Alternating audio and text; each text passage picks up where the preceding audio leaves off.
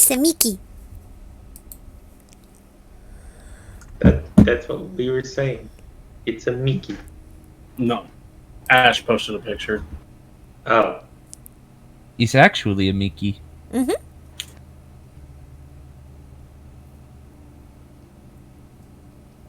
The tiny owl monk.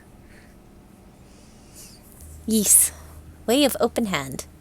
Hello.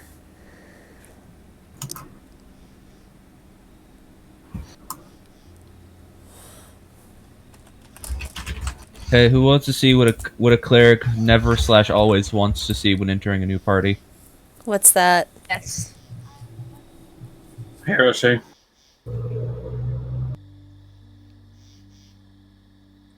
Well, Would say eventually it'll upload.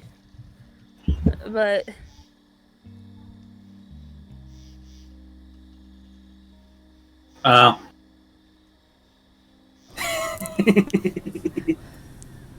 Oh no. oh no. It depends on the cleric, but that's always what you never or always want to see. Okay, I'm gonna start doing the link bombing. The caller with like 4 crossed out names like John, Tim, Sally. See, that's concerning. So sometimes healers are just squishy. Still. Just, Healers on leashes. Even if that was my thing, I'd probably nope out because, like, you couldn't even afford to get me my own collar. Right. You cheap sons of bitches. That's the healer collar. But if it's, like, got crossed out names on it, it's like, you couldn't even get me a new collar, you asshole. No, it doesn't even have names on it. It just buffs healing.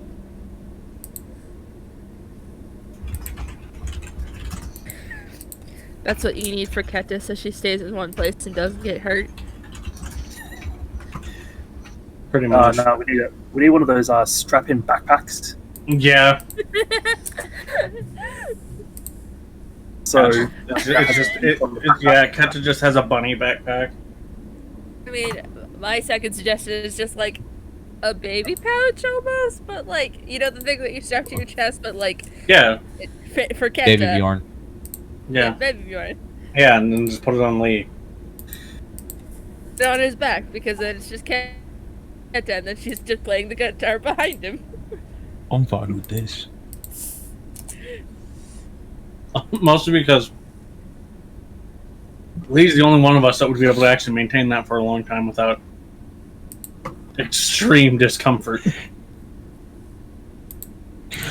Just wearing Keta. It's all well and good until Lee decides he wants to go swimming and doesn't say anything. Oh Keta, no. we're going in the water. Oh no. Oh no.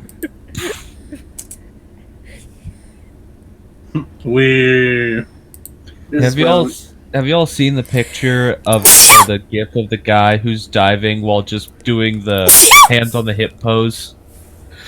Yes. It's just Lee diving into the water. Ugh. We. Pardon me.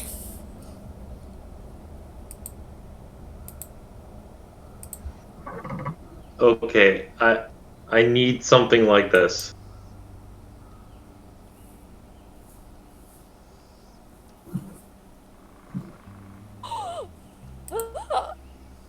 Oh look, it's how I want to die in depravity. Titties? Thick thighs. Oh, fair. Extra thick. Armored, stop talking. Don't do that voice, or No. I will come across the borders and smack you.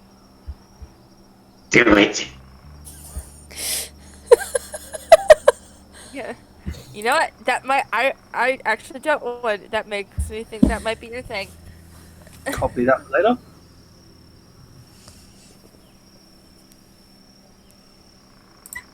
Oh no, man. Do some sketches at some point.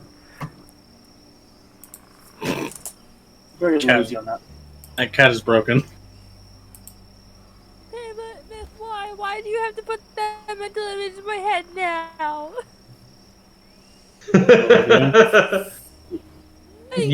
you know, Can one of you artists draw Lee wearing that, please? I want to see that. Failsy's better at big buff dudes than I am, so... I desire giant buff man in chevron maid lingerie. I can also picture Da Vinci wearing that. Da Vinci Yeah, but will wear anything if it has sufficient sexy. But Better it would look normal on Da Vinci. I know. But like, let's be real. Catcher probably would put me in that and be like, yes. No, I want that exact one, not one made for his size. Yeah. It's a purposeful fact that it was probably like something sized down for someone like Keta, who's tiny and petite, and then it's just on Lee. I mean, if it was Keta's size, his leg would not fit in the bottom part. That skirt would literally be the size of one of his thighs. Would have to be more size for somebody like Morgan who has more girth. Okay, but that also brings up the mental image of then just you try to put Keta and Lee in each other's clothes, and then there's like Lee's barely fitting like a foot in Keta's pants. Yeah, and then Keta is just a bundle of. Well, no, because Lee doesn't wear appropriately. So. Yeah, in pants. The fact of the matter being that if Keta puts a belt on, that Lee's pants are technically just baggy on her, given how tight he wears his clothing. Fair. If it were modern setting, Lee would rock skinny jeans. Oh no! And it would be the bane for everyone around him for redacted reasons. Bless. Oh, are you wearing your girlfriend's jeans? Like, no, they're just mine. Meanwhile, Keta's just over here in her own, like, just mom jeans.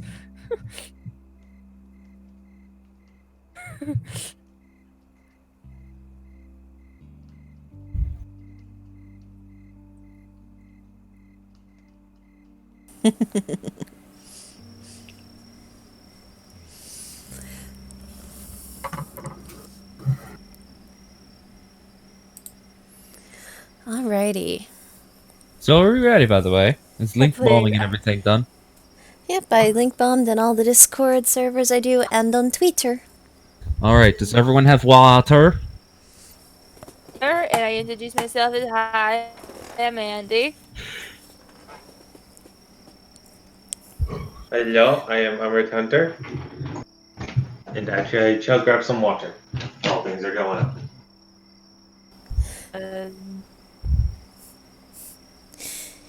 Hello, I am the Danny Boop. And for those of you who do get curious about it, I'm crocheting butterflies this time around. Butterflies. The butterflies.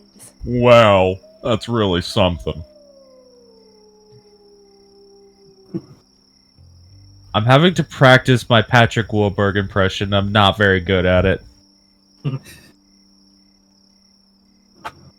I am Failchos, and I am very late with all my drawings. It's fine. I am playing Failsy.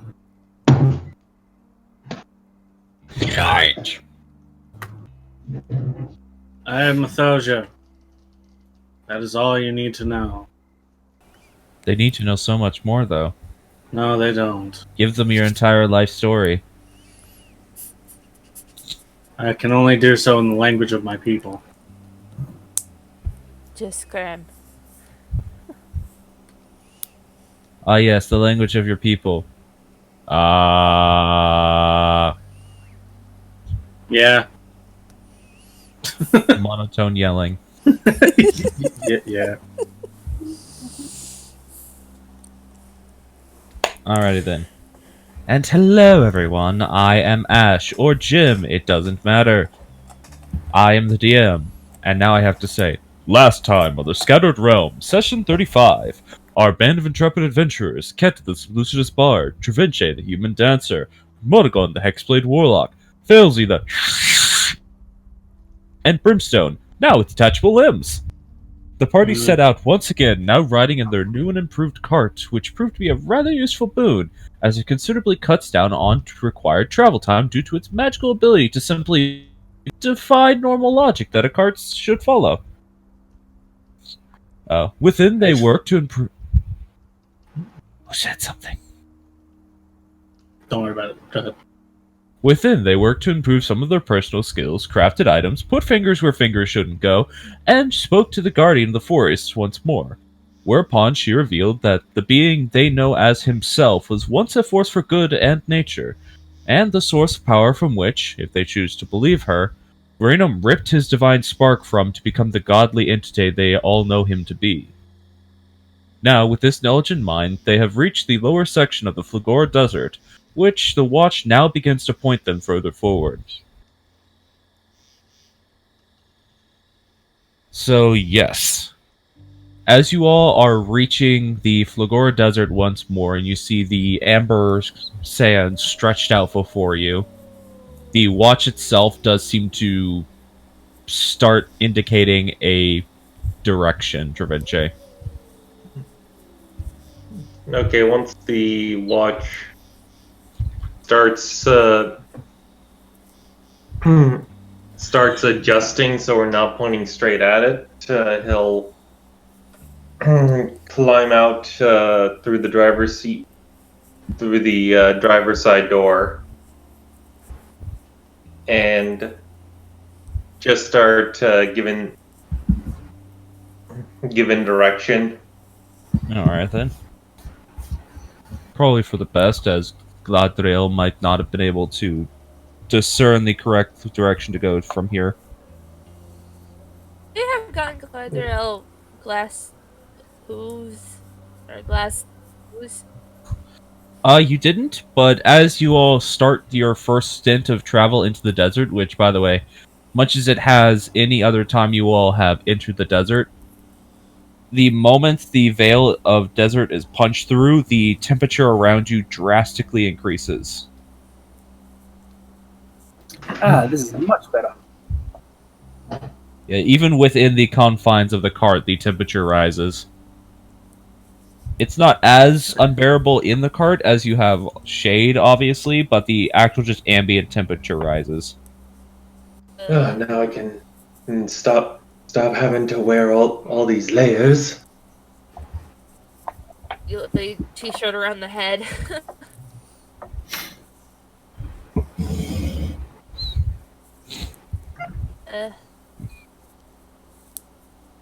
Alrighty then. Does it tell So you all- how far Sorry. it is, or just pointing in the direction? It's it just points in the direction. I have no idea how far this will be. Just normal.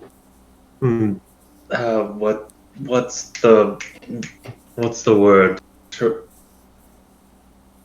Reversing? Tridirection? No. Triangulation. That's it. Because it pointed to the southeast specifically, from the Zamodus temple, and it Have to Right. explain any more than you already did, man. just we're in the right area. So just keep And following just the keep direction following. of it. Right, okay. Which, by the way, Dravince, do you actually have the watch out right now?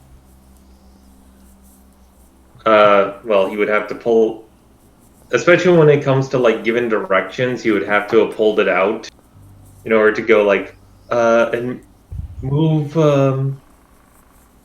Start moving the cart a little bit to the left, a bit further up, too far, a little to the right. Alright, so as you pull the watch out and you start actually going through the desert, there is something odd you notice about it. Oh, The needle itself is wandering a little bit. Like, it'll occasionally start to drift in another direction and then drift back to the opposite direction. Like, it's still generally pointing you forward, at least according to your current path, but it doesn't. It seems to be drifting now.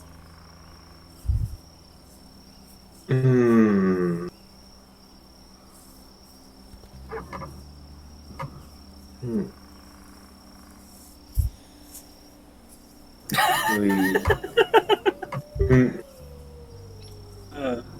Cake calls. We might. We might be due for some exploration, but let's see what. I can make birds.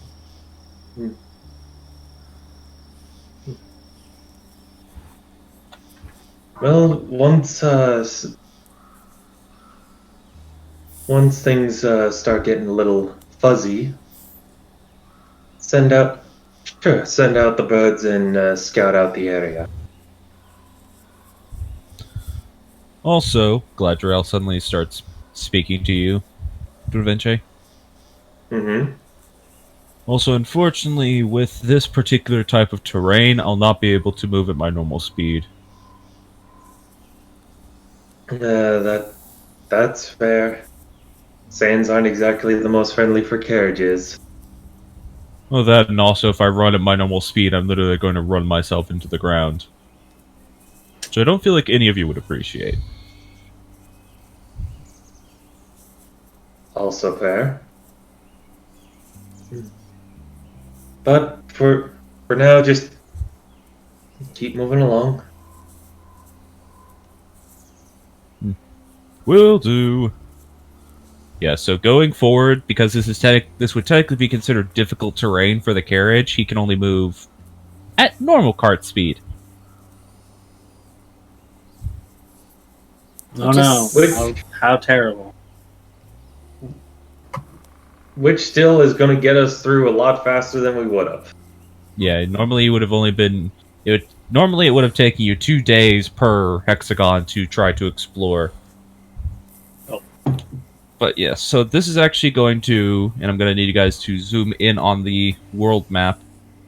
You're actually going to need to explore hexagons for this section.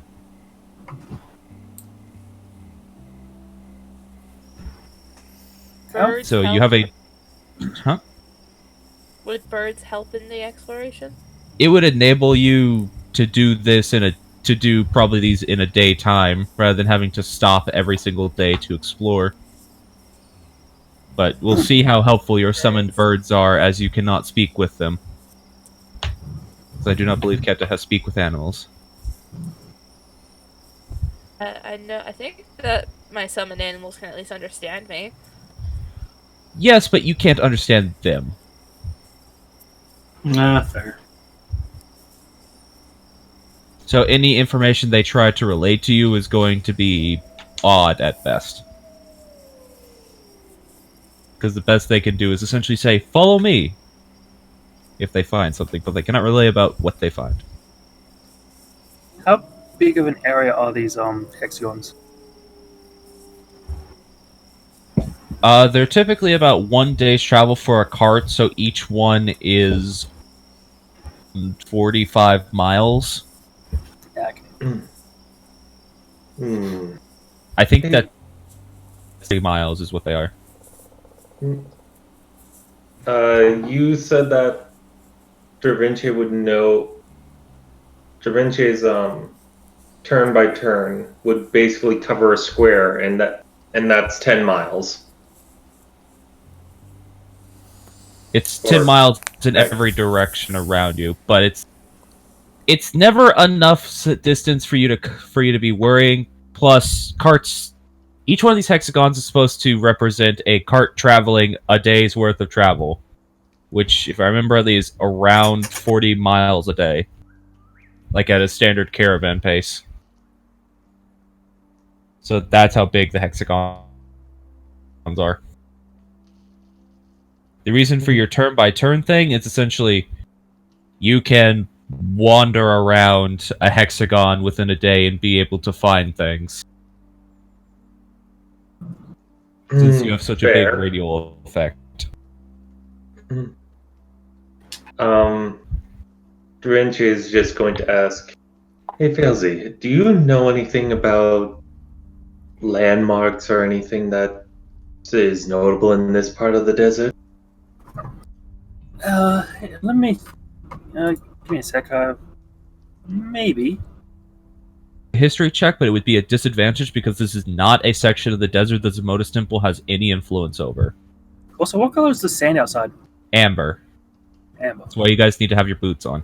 Yeah. So that's the desiccation sand. Yes, that's to make you real dry sand.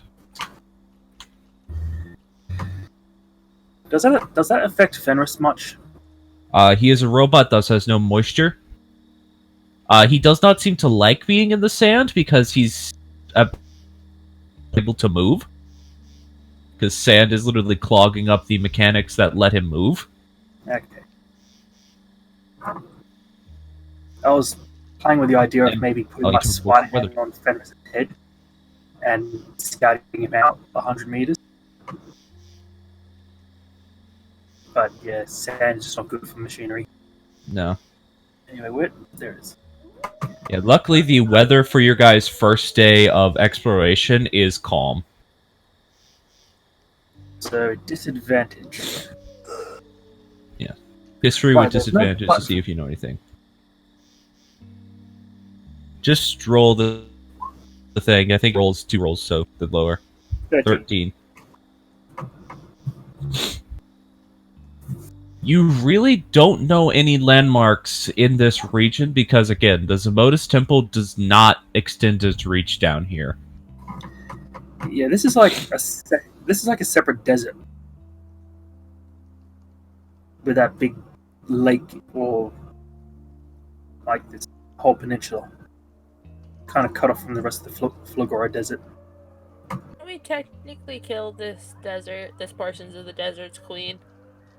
Or at least helped in it. With your roll, by the way, only thing you really know is that the Zamodus Temple refers to this as the land of wild tribes. From memory, there's something about wild tribes in this region. I don't remember anything specific, like landmarks to mark down.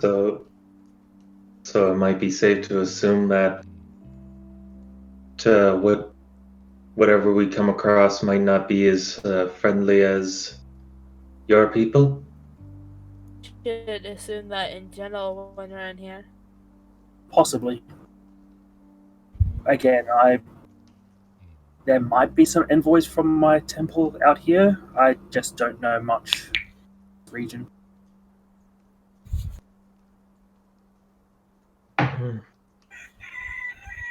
Chicken, I don't need your say right now.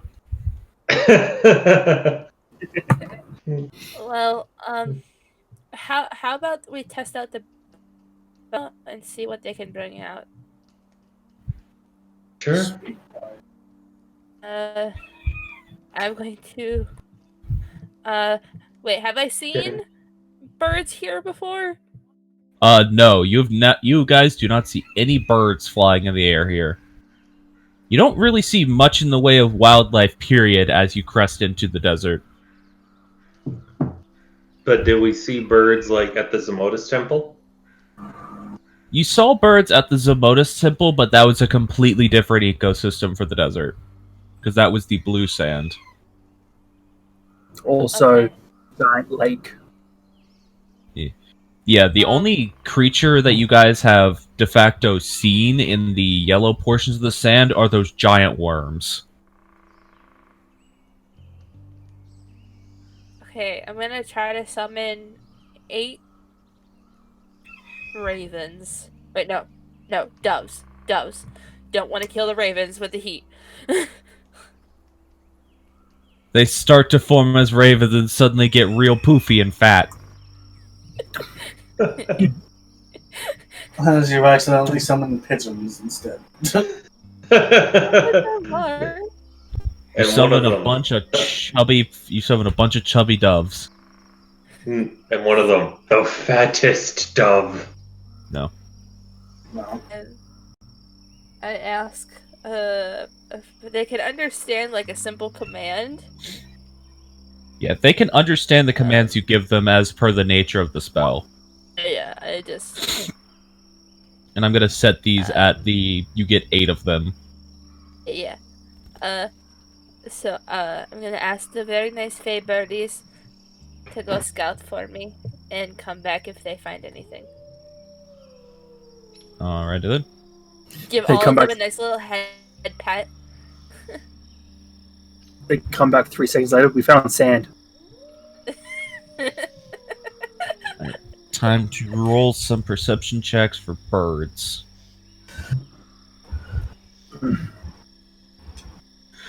Alrighty then.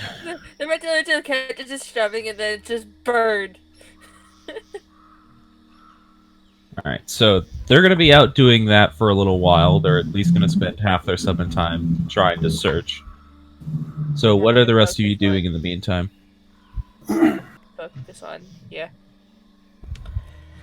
I'm focusing on keeping the birdies. Concentration up to an hour. Okay, so what can I do for an hour? Yeah. Also, Motagon and Brimstone, what are you all up to? Do I have any Flagora Desert books? Trying not to die of heat stroke. That's generally a good rule of thumb. You may be a tiefling who are naturally resistant to heat, but you're also not from a hot climate. Yeah, Monagon's from Bogcrest. She's not used to all this heat business. Yeah, this is basically the exact opposite of where you grew up. You're used to cool and wet. This is hot and dry. So Yeah. it's very uncomfortable for you. Yeah, both Keta and Morrigan don't like this. I don't really know of anything Brimstone would be doing.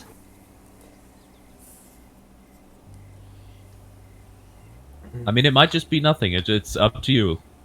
Yeah, I'm just making sure to get everyone's input about what they'd like to attempt to do to aid in the search. Let's take a look at my spells if I think here. I don't really have anything that I can do to help with that. Alright. Do you have a spyglass or use a sniper scope to eye the surrounding landscape? Yeah, I guess I could do that, yeah. It'll probably be a perception check, and I have shit perception. True, but it's still everything you can do to attempt to help. So if you want to, go ahead and make a perception check. Your spyglass affects this. It doesn't give you advantage, but it affects this. Changes the DC. Yes. Okay. It less changes the DC and more changes what you might see. Okay, fair enough.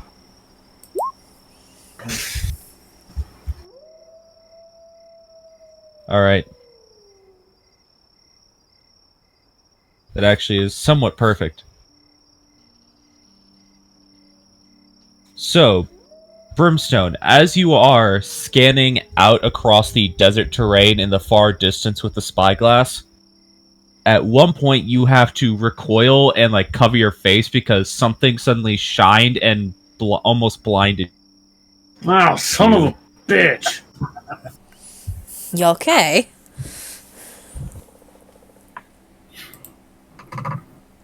Something out there's really fucking bright. Well, that might be worth looking into. Some metal things are shiny, so I mean, yeah, I guess. Yeah, it's within the current quadrant you are searching is where this object is. So if you want to... Man, But Keta is currently waiting for her birds to come back, as you guys had to stop so they could find you again. Is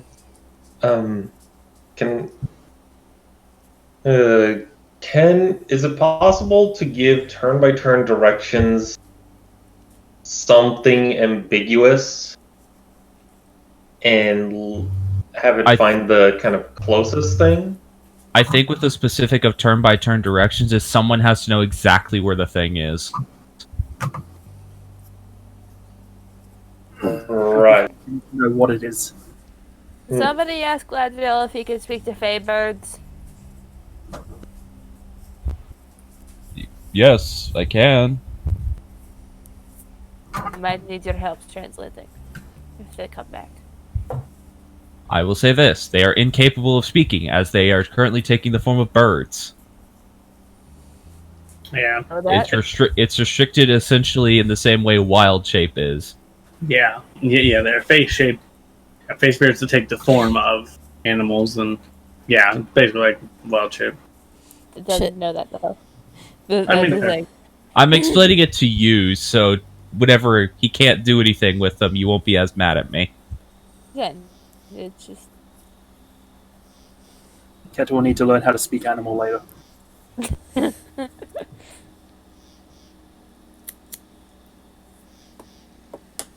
Alright then. So, yeah. Double check to see if I picked up a spyglass at any point. No, I did. That was a different character in a different. Yeah. Alright, but the 30 minutes pass, and Brimstone, during that, your eye stops seeing stars, and you're able to actually look through it again. Okay. But the 30 minutes pass, and only 3 of the birds return, Keta. no. I know. Kenta is immediately fussing over babies. If you want to, you can attempt an insight. Excuse me. You can attempt an insight to try to determine what it is they are trying to relate to you. Second. Just like kind of petting, just getting any sand out of them and trying to insight. All right then. The birds are doing charades, and you can read them perfectly. All right. The 3 birds that return indicate not finding. The remaining 5 birds that did not return, you can assume probably found something. Uh-oh. We lost Too Andy. bad. Andy dropped. Andy died! Andy lived!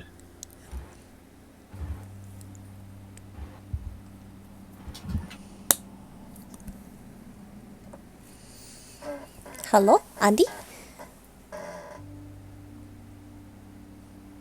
She's lighting up, but I can't hear her. I know. Oh, there you are. Oh, no. Everybody started rolling out like really hard. But you guys sound good now. Alright. I did get though that the birds found nothing. Yeah, the birds found nothing, and you can only assume with your natural 20 insight that the other ones found something, and it was not good. Probably got eaten. So we know to avoid the directions those birds flew into. Did you note down which directions these returned in? I'll say with the natural 20, you can see that they are indicating they all went to the... The 3 that returned had gone to the west and the southwest, while the ones that went to the north, northwest, and southeast did not return. And what direction was that light, that reflection of light that It is to the Brimstone saw? northwest of your... Guys. Also, decidedly, you all cannot see it with your naked eyes. He only saw it through the spyglass. I have the birds in my lap and I'm petting them to calm them down. As They're I tell very hot. everybody,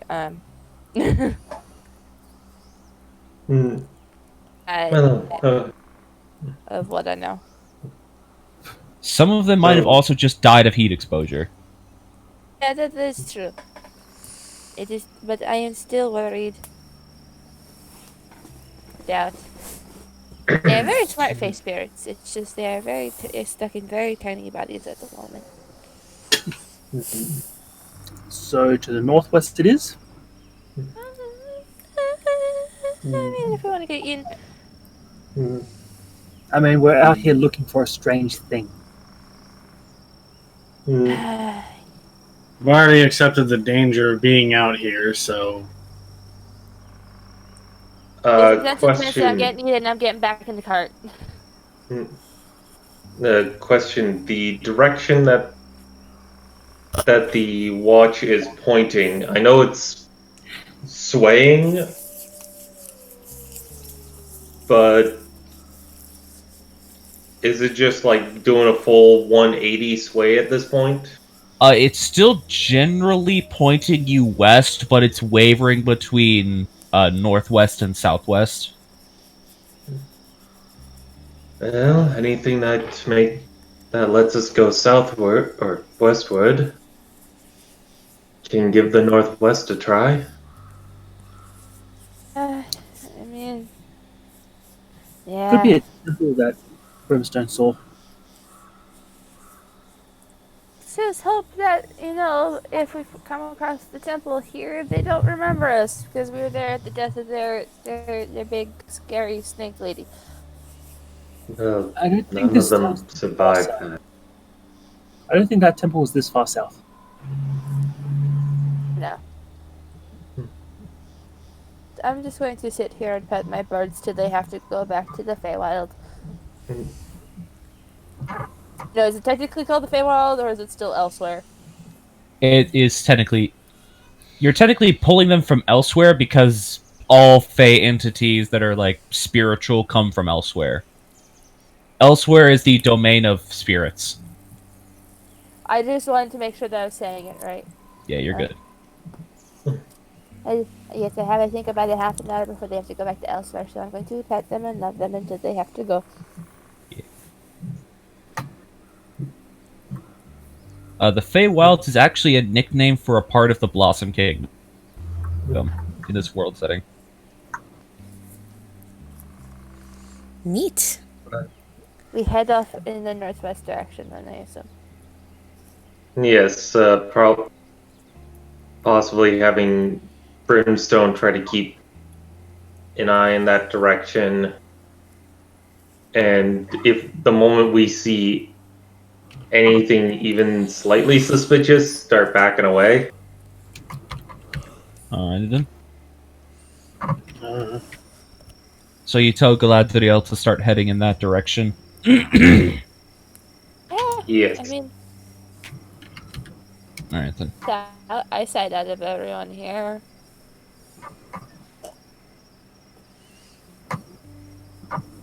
Alrighty.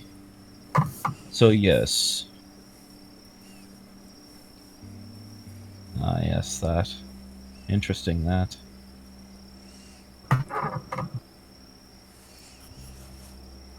While I get something pulled.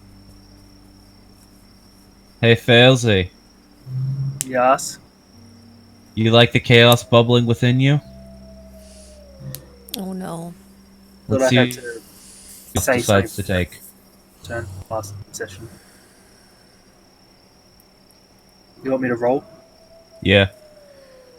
Anytime you think about it, the chaos might take form. It's like the game. Fail just lost. Also, you all just lost the game. Also D20 and D100, please. 1 D20, 9, and a D100. 84. 84. Chain reaction, 5 fireballs on self, blows up the entire cart. God, no. Please, no. God, What what the fuck just happened? Failsy, you feel the chaos magic burble within you, and then you are stricken with a terrible headache. You take 7 points of psychic damage and cannot concentrate on spells for the next hour. You're just sitting there reading books like, ah! Collapses on the floor. Oh, do you need some tea, some dark? What? Ah! Puts a pillow on the head. Darkness, need darkness. Okay. Retreat to the pillow fort. If you need anything like water or tea, let me know. I'll try to get you some, okay? Oh, the worst headache ever. Are we talking about hangover bad or what? I can feel it in Every my word horn. she says, you hate her more. What was that? Every word Motorgun says, you hate her slightly more. It just exacerbates the headache. Stop talking. Morrigan stops talking and just gives a thumbs up to be like, okay, I'll be quiet. Alright then. Which- Who is outside the cart, by the way, progressing forward? Da Vinci would be. I guess Brimstone has to be. You don't have to be. I'm just asking who is. Um, Because it'll depend on who gets to attempt to look at stuff. Because if you're in the cart, you can't look. I guess Brimstone would be then.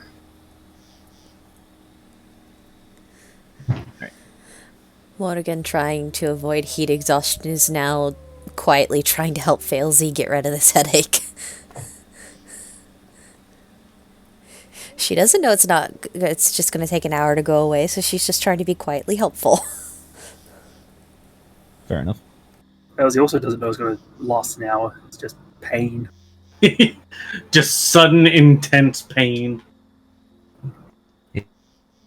What if I chaos and then suddenly...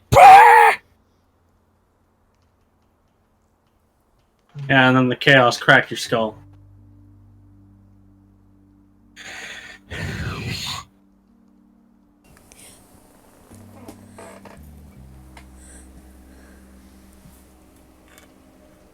Alrighty then. So, those who are outside... Okay. Those who are outside the cart, go ahead and give me perception checks as you progress forward. Okay. 12.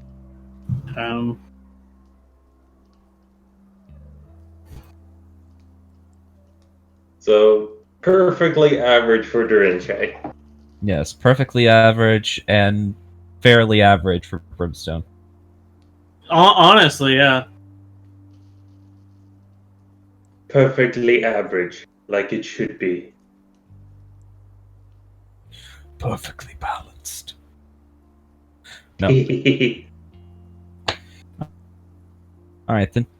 Hard to notice as you're progressing forward. There is something that's starting to come over the horizon.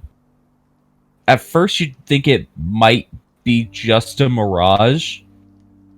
But as you continue forward, it still keeps its shape.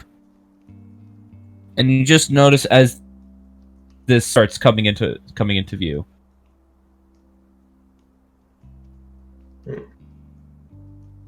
What do you see, Brimstone, through the looking glass? That's a good question. What do I see?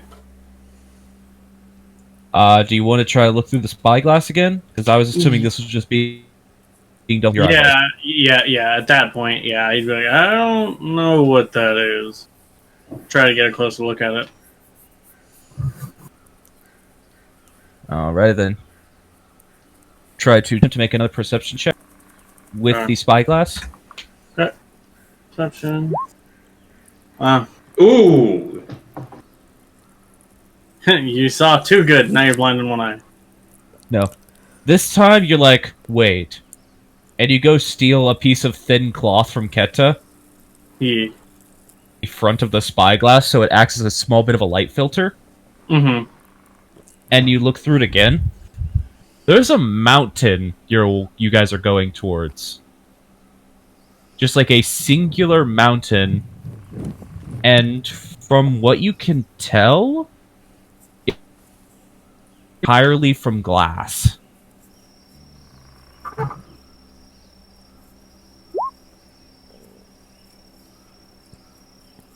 Huh.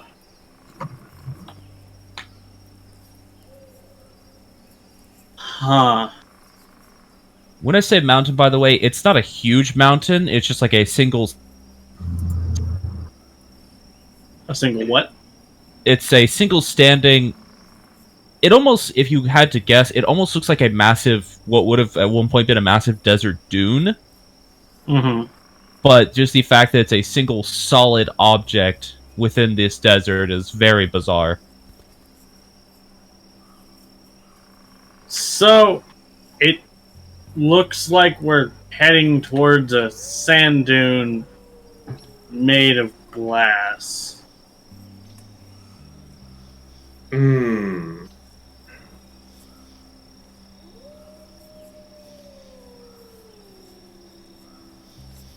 And you can't see anything moving around it? I'll say with your natural 20, you currently do not see anything moving around in the sands just set around it. However, while scanning over it, you do notice that there is a single thing marring its otherwise bizarre fractaled surface, which is just a hole punched into it. I don't see anything moving around it, but there's a hole in it. Probably like something might live in there, or some things. Hmm.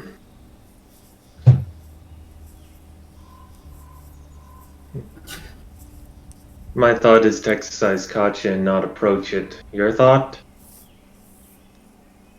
I mean, it's not a bad idea. If it's like a giant sand crab,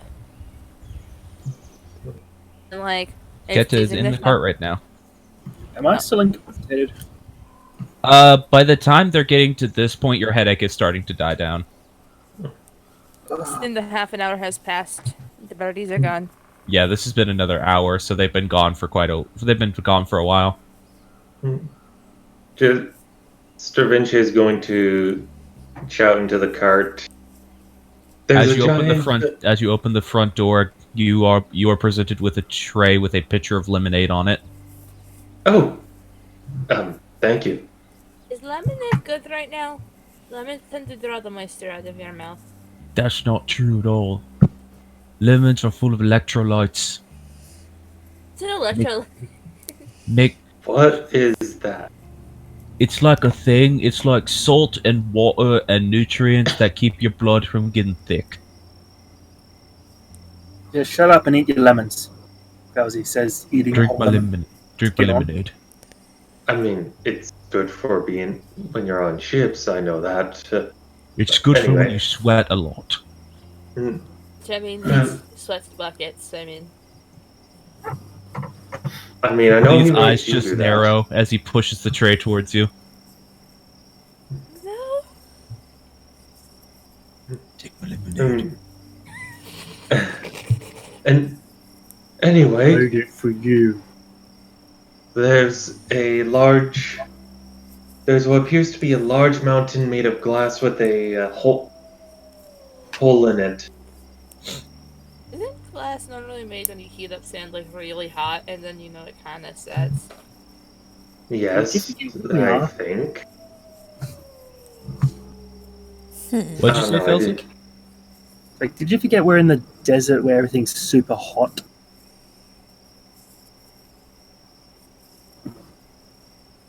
Anyway, we should investigate this glass mountain. Oh no! What if it's an animal?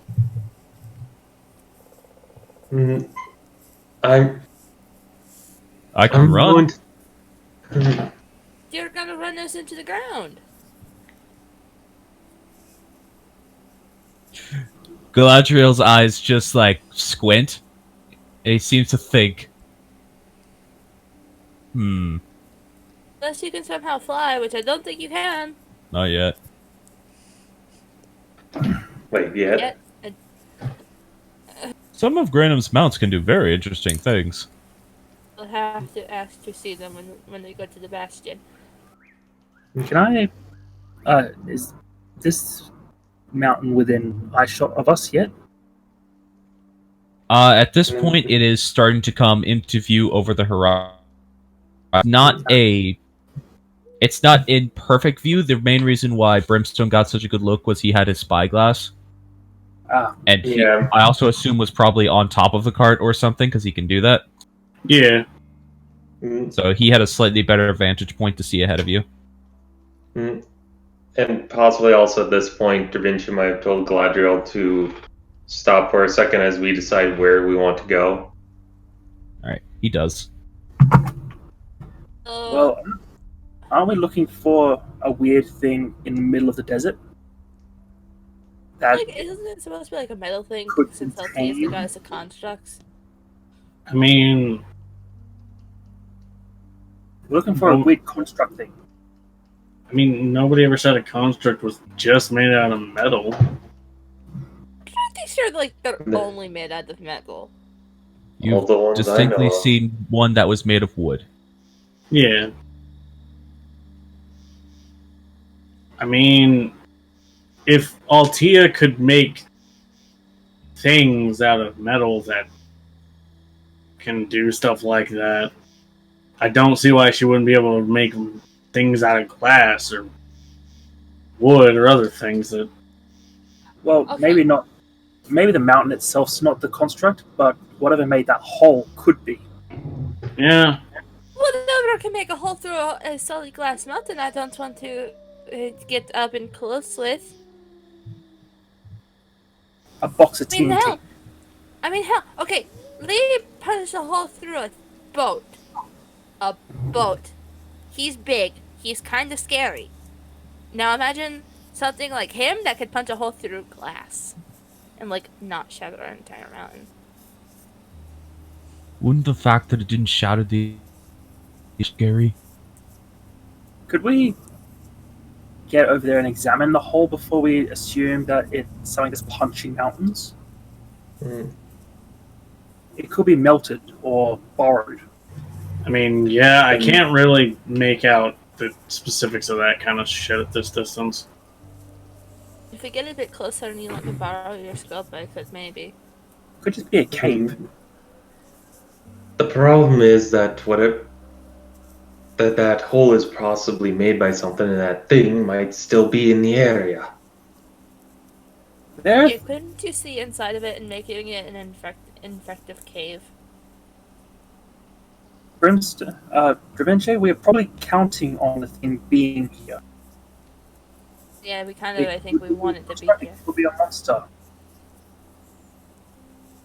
I do know a new spell which can, like, if they try to move through the area and, like, it's like a burrowing creature, or might, like, tear open its stomachs and, like, its guts go everywhere. What the fuck? Run that by me again? I know a new spell that, like, I can make spikes grow out of the ground, or, like, in the ground, kind of, if I at least see inside the ground. And, like, if something's burrowing and it, like, wants to go burrow through my little spike area, it can, like, go through it. I mean, like, no problem. It's just gonna, like, tear open its stomach, and, like, its guts are gonna go everywhere. Okay, that makes a lot more sense than what you said at first. Yeah. Magic.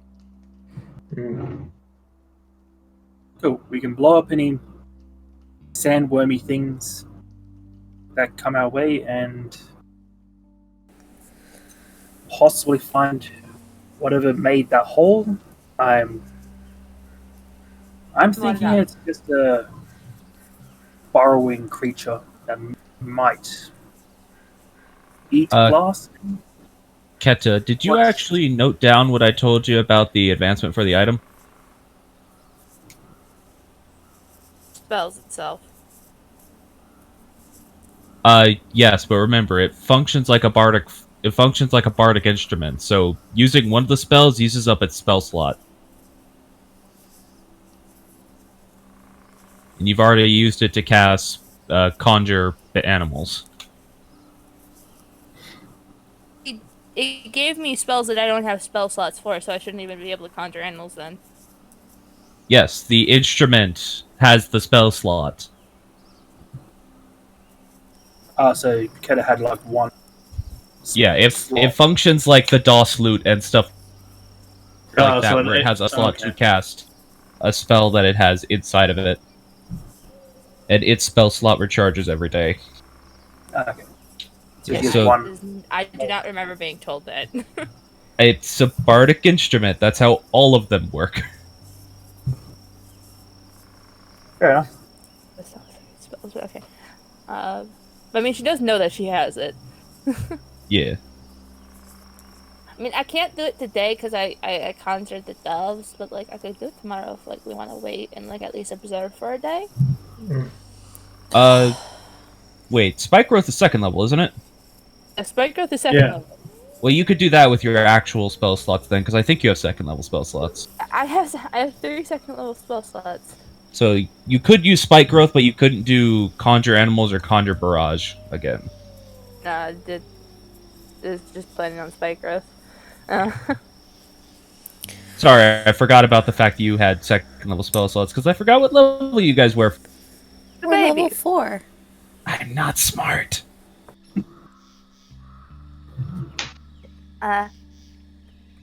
Wait, hold on. Yes, I can do spike growth, but like, yeah, it'd probably be like my best damage dealing thing besides like Thunder Wave. But anyway, yes, let's go. I am interested to see the hole in the glass mountain. So we got 2 votes for yes, 2 votes for no. Motogon? I just hope and pray this doesn't take too long. Let's just go ahead and get it taken care of. Okay. Thanks, Margo, for helping with the headache. Subsided now. Sorry if I was too loud for you there at the start of it. It's fine. For a moment, I could swear I could have tasted purple. Yeah, that sounds like an exceptionally bad hangover headache. Just gonna climb out to the front to at least observe and just ponder out loud. I wonder if I could use spike growth to stop a big swimming creature in its spot.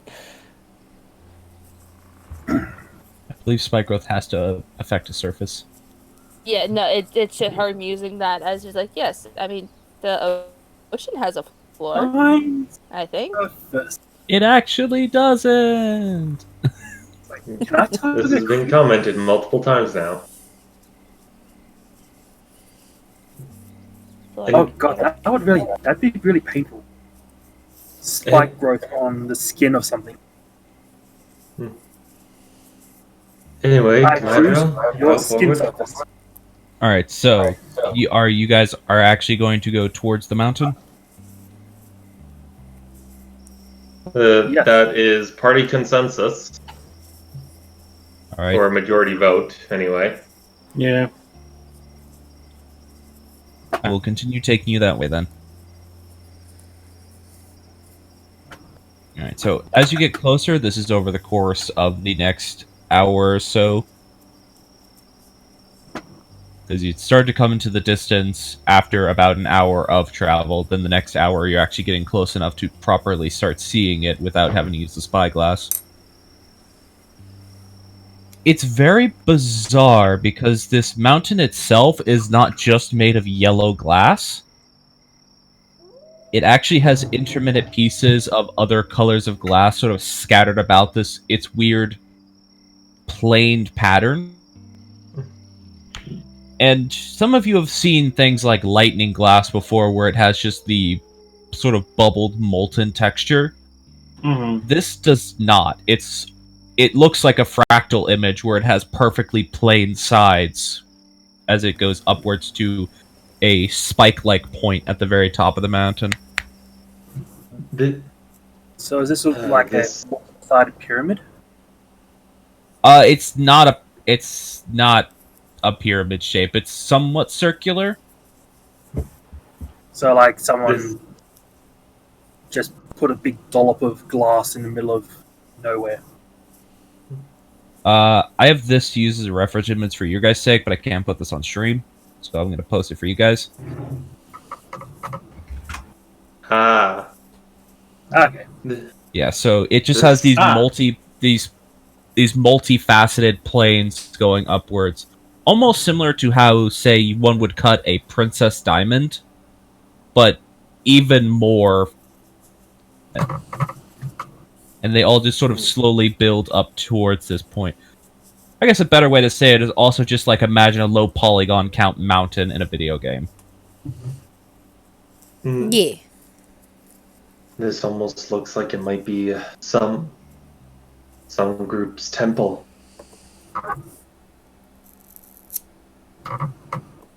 Is this the kind of construction that the UNT would do?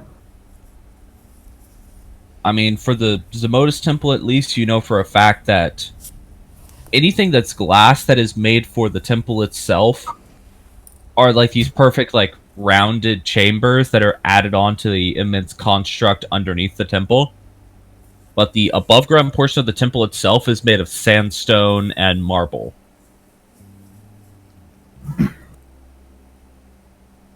Nothing the Zamodus Temple would do, but I'd assume inside there's just a roaring fire of light, with all that light reflecting inside it. Do I feel anything with the watch? You pull the watch out and hold it forward. According to at least the watch's face, because now you're moving in a northwestward direction, it's occasionally drifting further west and northwest, but it's not. It does not appear to drift directly in front of you at any point. I don't think it's what I'm looking for is in here.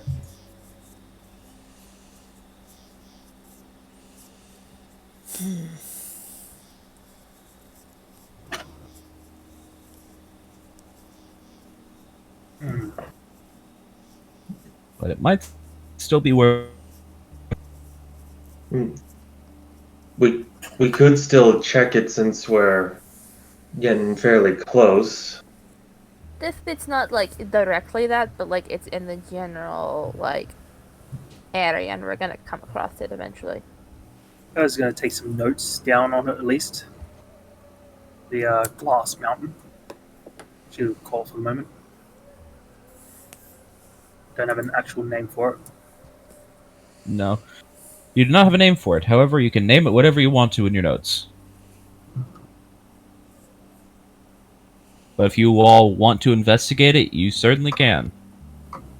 You all do see ahead of you, moving forward, that there is that hole bore into the side of it. How high up is that?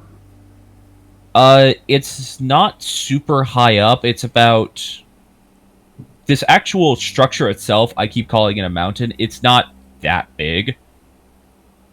It's just big compared to the otherwise featureless desert you've been going through. But the actual glass structure itself appears to maybe be 300 to 400 feet tall. This hole punched into the side of it is probably about at the 40-foot mark up. If we want to investigate, that's an investigation check. You'd have to go inside of it. Well, now that we're getting closer, can Keta at least do a perception check to see like what they're talking about for the hole? I mean, just to see the hole, you don't need to make a perception check. You can see it at your guys'. I think she more means Shape. grabbing the spyglass and taking a look into the hole from a distance. Alright, yeah, you can go ahead and try that.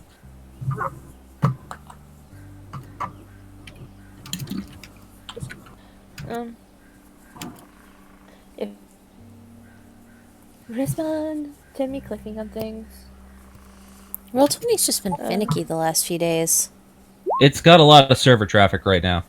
This is fair.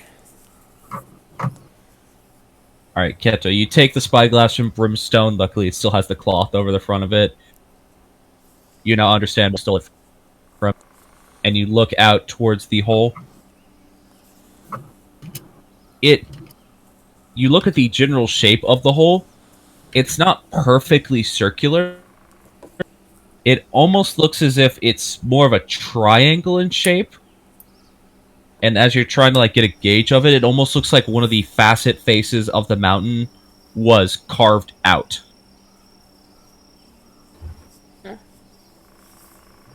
So Like yeah, you can't Keta tell will make what carved it mention out. Look like an animal, a perfectly circular hole. So we'll make mention that it doesn't look like an animal, and like since it's like kind of triangular shape.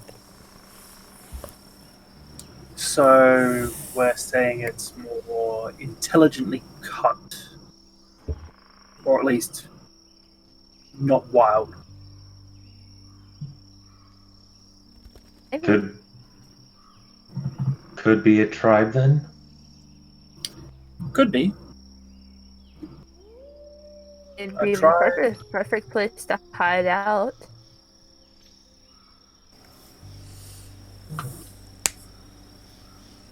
If they're anything like the Zemur's temple, then maybe they'll have a network that goes underground. How would you fit somebody that big in there?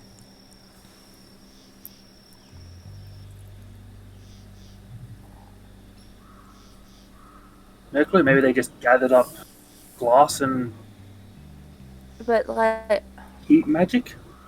Just melt I a don't pot or know.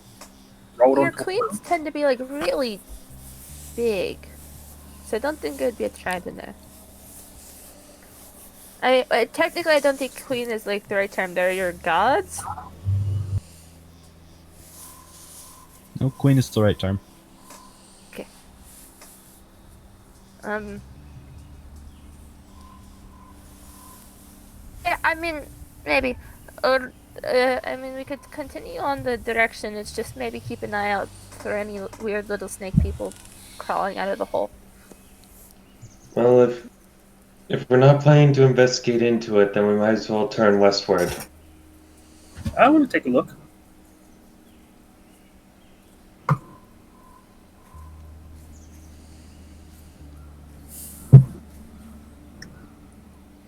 Alright, so what are you all doing? Are you moving past or heading towards? I say we just move past and continue with the direction we're given. Rosie wants to take a look inside. She thinks there might be a chance there's either intelligent life here, notes on the area, it's intelligently cut out, maybe a map. This is a big desert and we're just wandering aimlessly. Oh, we could probably, at bare minimum, mark it about where it is on the map and come back to it later if we want to. We do have a goal in mind, and time is of the essence. We can use this as a introductory exploration, find landmarks, and if we so want, we can explore again later. I would say at the bare minimum right now, let's at least mark it on the map as best we can so we can come back to it later. Also, I decided to also give you all another resource that would be useful for the cart. In fact, you actually have a calendar. Oh, that's good. What? A calendar to track which day we're on. So we just kind of scratch one of the days, like, okay, we got to be in Valehaven by this day. Yeah. By the end of this first day of travel, you all will be exactly 4 weeks out.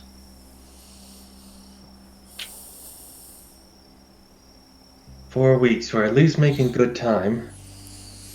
Yeah, all things considered, that is good time. How long do you think we'll be here? I don't think we're going to be doing adventure. Sorry? I don't think we'll be coming back this way. Once we find your thing, you seem very intent on teleporting everyone away from here. Never want to come to the desert ever again unless it is absolutely vitally necessary for my survival. That I say depends on what happens. I didn't expect us to be able to get to the desert this fast. Yo, says Galadriel. What Graynham has given us it's a benefit, has been of great help. And Galadriel has, I guess you could say, proven his weight in gold already. That would be a lot of gold. Mm, If you could give So- Galadriel a golden butt. What? Yes, have the shiniest ass around. I don't approve of this. I'm, s- I'm sorry to mention that will forever always be your title after the Firefly incident. We have. Alright. Anyway, if we are able to find what I'm after, and still have time to at least start making our way out to the desert, we could stop by here if we feel confident. That's just it, Treveche. I think we might be able to find something in here that will help us point to another landmark Mm. instead of the vague direction of westerwards. West. Why don't you get off the cart then, Failsy, and go take a chunk of the mountain and then you give it to Dravinche, and then Dravinche can just teleport us back to the mountain. Time involves us approaching close to the mountain. I mean, if we're insistent on coming back to this area, then we have at least a piece of the area to come back to. I just thought we'd be able to get some local knowledge. Find out if there's anything big in this area that we can move towards instead of the vague dowsing rod effect approach to this. Well, I think we'll find that if we just keep on going and, maybe not slow down and be worm food.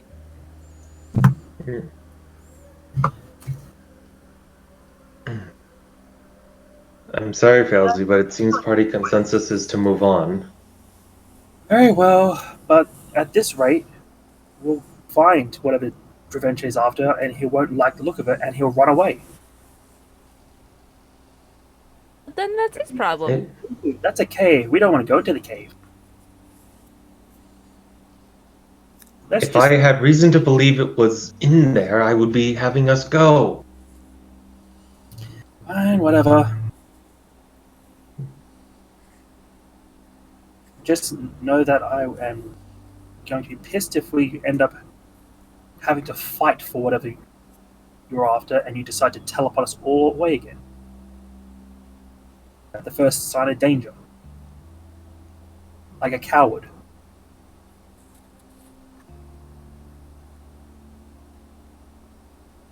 Hey, anyone want a cookie?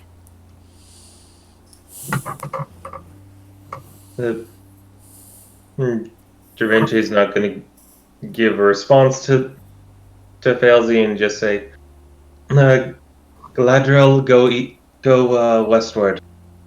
We have some lemon squares. I guess I'm making lemon squares now. They No, just I'll go walks into the make it. kitchen. No. I'm going to make lemon squares. Oh, okay, you can help. I will bite you. Nothing.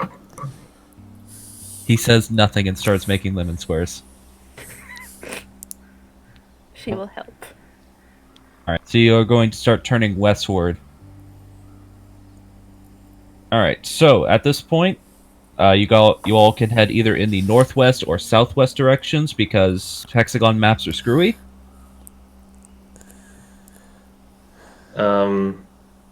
Guess southwest? Alrighty then. This would be your next day of travel. So you've now marked off where the glass mountain is. And I'll say for future reference that I don't have a token to put on the map for it, but then again, if I put a token for everything that's on the map here, it would be very messy. So just make a note that there is something there for you. I just put a blue dot. There's literally going to be blue dots everywhere then. There's a lot of stuff. We'll have different colors. Okay. It's gonna look so chaotic over there. So Well, it's a like, Fagora desert. It's rainbow colored, so. so here's the game plan question. If we don't find anything after like what, a week of us being here, are we gonna continue for the next 4 weeks, or like what? That's up to y'all. That's kind of asking. Oh, okay. Preference that in character then. Alright.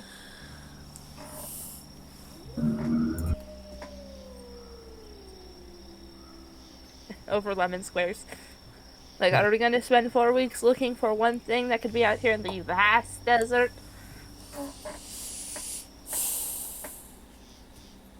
No, it's important to eventually, but like,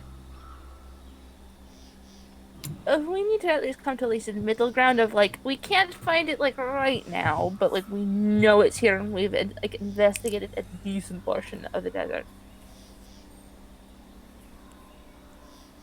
I don't I'm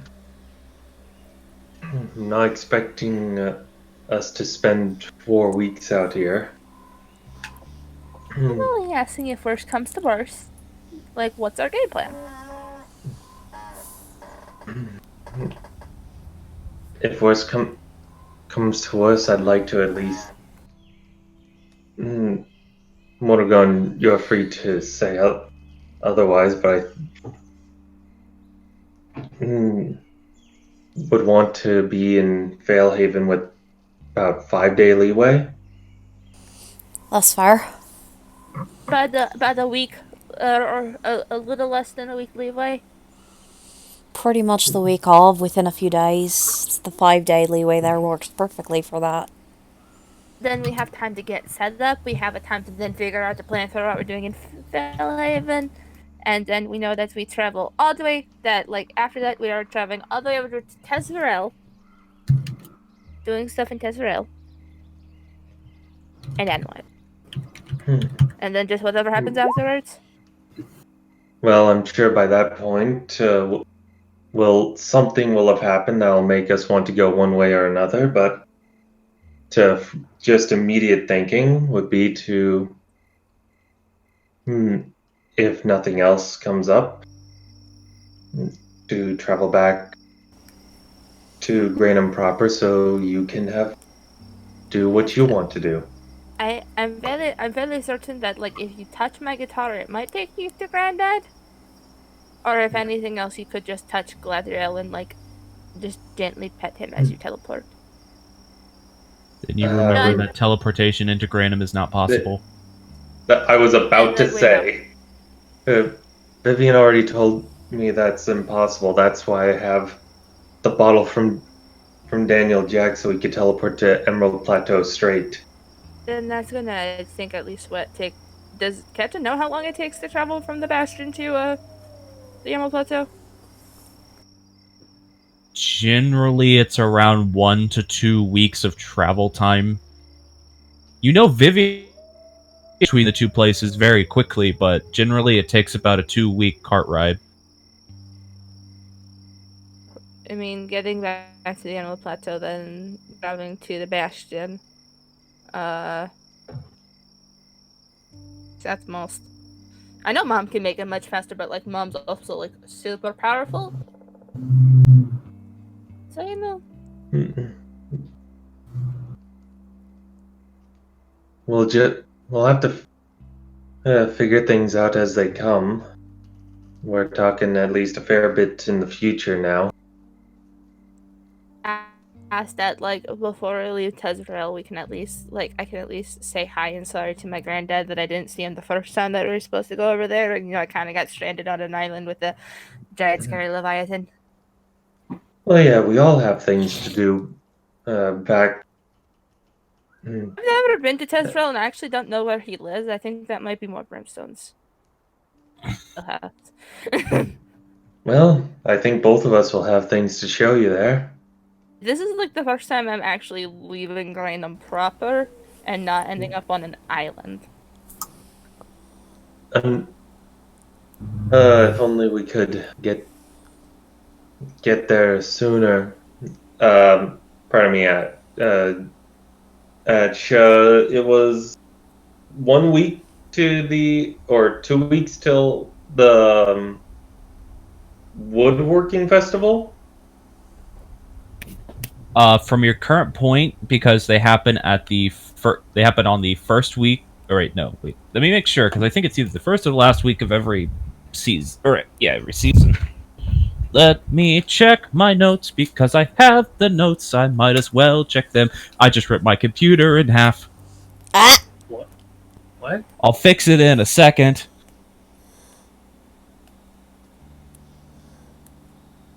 The hinge that holds my computer together is broken, Oh. so I could pull the screen off of my computer.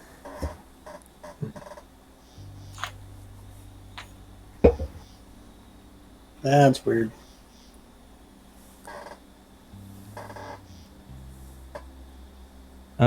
You are in. It's the Festival of Red Irons. Okay, so it's the metalworking festival. Yep. The Woodworking Festival is in. The Woodworking Festival is in autumn. 3 months. I have to check. I mean, also, I kind of want to go back to Granddad's house because I know recipes that, like, I think she might be willing to part with if I just, like, pout a little bit.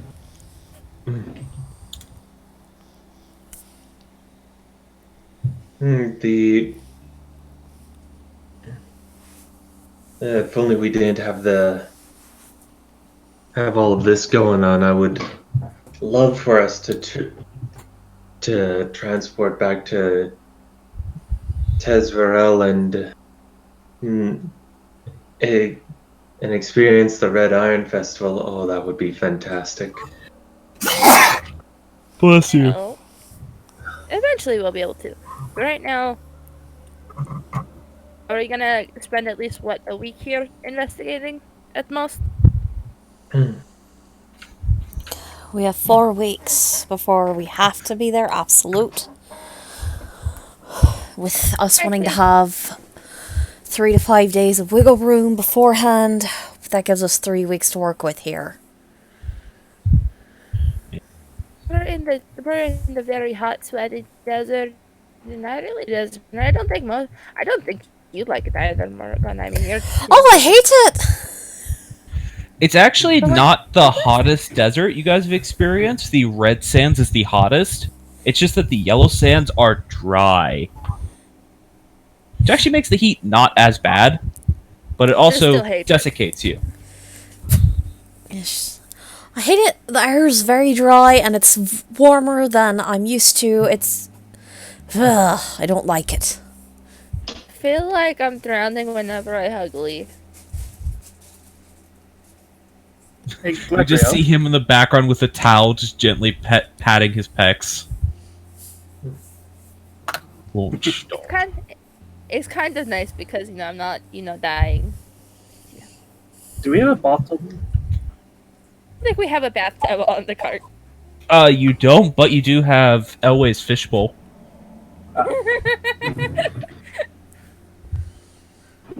Currently in the fishbowl.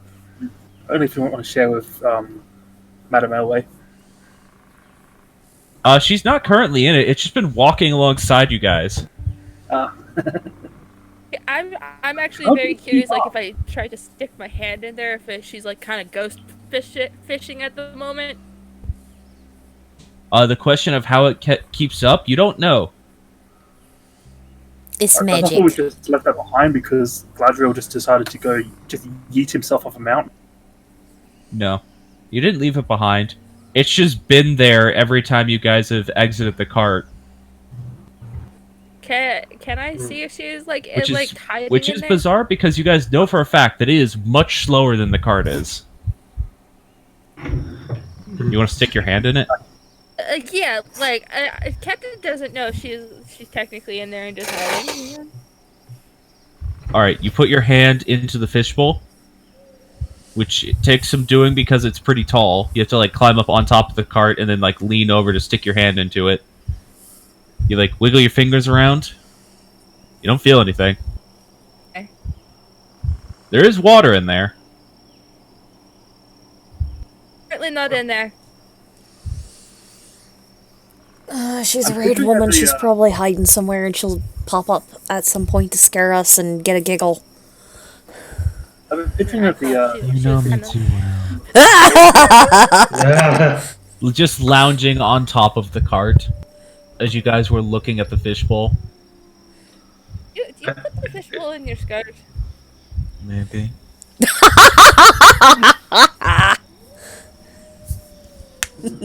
no comment. It wouldn't keep up otherwise. Scarf like that. It's also not a skirt, it's a dress. It's a very pretty dress. Well, I suppose Sorry. technically you'd call it robes, but still. Wait, I'm on your fishbowl.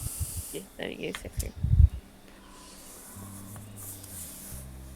I think I just misheard Keta, but did she just call Madame Elway sexy? Oh, no! No! Okay, I was very confused because I misheard you.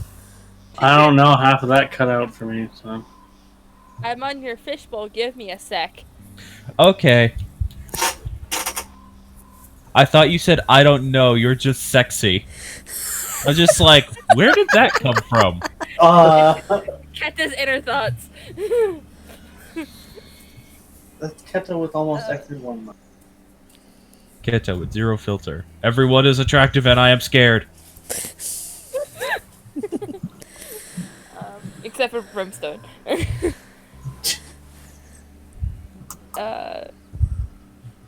Well, I mean, we have at least the game plan. I have lemon square, so I'm good. Okay, back to searching. Just for everyone in the server, that's a refresher about what Madame Elway looks like. You're very intimidating and very pretty.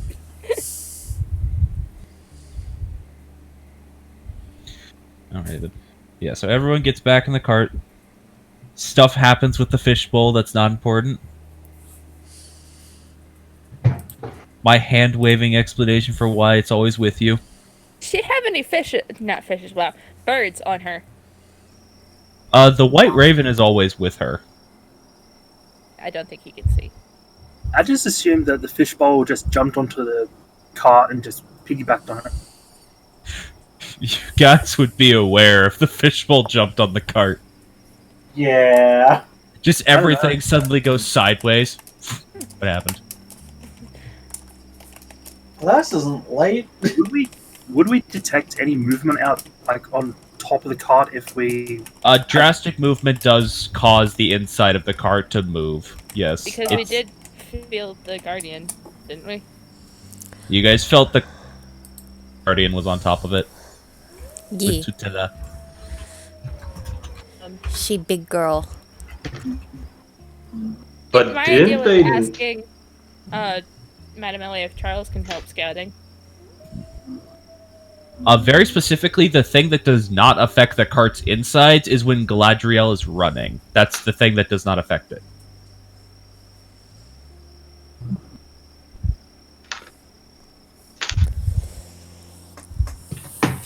Because otherwise, you all would die. yeah. Especially with the going down the mountain. Ash, we're at 9:30. Yeah, we can take break time. Okay. Alright, so everyone go refresh drink. If anyone's sticking around, then I will say something real quick. Mm-hmm. For the sake of you guys spending 6 days, so a week of this world time here, that would technically take you to the Festival of the Red Irons. If you don't find what you're looking for by the end of this week, you could teleport to Tezverel to go take part in the festival. If you wanted to. That's something to think on. I'm going to go take my bio break now. Yes. It'd be kind of fun. We at least get a little break before, Trauma. child rescue. Yeah, before trauma for Failsy, just child rescue. Yeah, and then once the Festival of Red Irons is complete, that puts you 2 weeks away from the event that you all are attempting to intersect. Because technically you can't prevent it because it, as far as you're aware, it's already happened according to the vision. You're just trying to be there in time to actually let it happen. So sooner Like the or vision will later- happen, but the The before and after will be determined by you, but the vision has to happen. the man in red has to at least show up. It's like, it won't happen if everything's on fire. Like, we can at least, from what I remember of the vision, there is at least a man surrounded by red that's looking for this little girl. So, I mean, if she's not there, he can't find her. True, but you don't know what events will change if you guys mess with the timeline of the vision. Yeah. This is kind Yeah. of like our catch-22 of like what we're doing in this whole campaign at this point. Is like, or yeah, you can interfere with it, but like, you don't know what's gonna happen afterwards. Please tell me that spell's level we're 3. we're just solid snaking here, and we need to prevent a time paradox. Give me a sec, I just need to double check what level the spell is at. It's like how the fact that Keta can, free an ancient being, but like also she could just be like, hey, fuck you, and I'm gonna go take this magical cup. You, I'm taking your cup and I'm leaving. You stay in your iron prison. Her vision, I think, would have to at least happen of her at least seeing it. How does he even Yes. really have a vision? Elsie's vision is she just goes to the bottom of the ocean. Guys, I have told you this before. The only one that was actually a vision preceding events was Morrigan's. Yeah, all the rest of us Yeah, are but- happening at least in real time. Yeah, all were visions of current events And that are giving you perspective. Morrigan's was different because of her presence of technically receiving the vision of two beings at once. That's fair. Kind of joke of just, yes. Yeah, because Morrigan's is 2. And Yeah. also, sorry. You're fine, say anything. And also, Dravinci going to, like, having him meeting Magisteria as a predictive vision would be really fucking insane, and he wouldn't want to do that. Terrifying. No, I that mean- has already happened. You have already met her.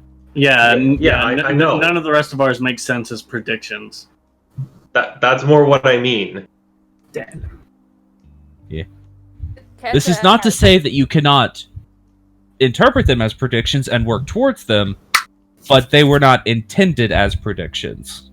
I mean, in essence, Kenta has already seen the grove Yes. and what it looks like, and she knows at least a decent idea of where she has to go to find himself. And she was also stupid enough to touch the thing that's, guarding him. Yes. I have an idea. No. Does involve What if- trauma? Yes. Good. Continue. What if we find this man that's looking for the little girl, unequivocally and brutally murder him, take his place, and order the army to search for the girl? I mean, That is what we refer to as a cyclical time loop. they kind of plan to deal with Mr. Scary Man. But it involves possibly if we get another level by then and I could switch out some spells. I mean, I have the handy dandy mask, so I could pretend to be the big bad and look for the girl.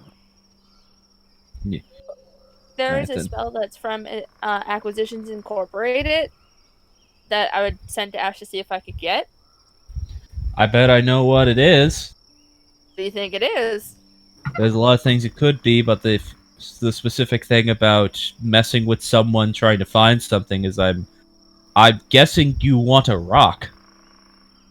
No, I want to get Gift of Gab. Oh, that's also a pretty good one. It All right. fits for Keta and who she is, at least, too. Yep. And also her constant being like, yeah, this happened. What? I mean... Alright, I'm going to go refill my water. Goodbye. Okay. I mean, also just is good for Keta and her flighty nature of like, yeah, this totally happened, and just going on and on. Like, yeah, this totally. Wait, by the way, I must have boosted this. What? Yeah. Keta's tendency to just say things without thinking about them. I mean, hey, look at her trying to explain spike growth. Yeah, exactly. Explode. But Yeah, I also- can just make things explode. I'm what? No, like they their guts spill everywhere. Duh. You're not helping. Hi, Mr. Inquisitor. I'm Keta. I'm Mr. Ballistus. I explode. I mean, that's also like the emergency plan B. It's like, hey, I'm over here. Come get me, because I can run. And also, just in terms of talking without thinking, okay, the Beast Guardian's name is Totila, but she's very secretive about that, so don't be telling anyone, okay? Immediately when she sees her parents, oh, and I met the Beast Guardian, her name's Totila? She's a beast. She's a person. Or the Forest Guardian, sorry. There's a difference. But my point still stands. Also, I'm not looking forward to the fact that we actually get to see what Bastion looks like soon. You know, the idea is filling because I think only one of us has actually been to the Bastion before. Yeah. Well, as far as I know. No, technically, Keta does know of a way that at least she can get to the Bastion.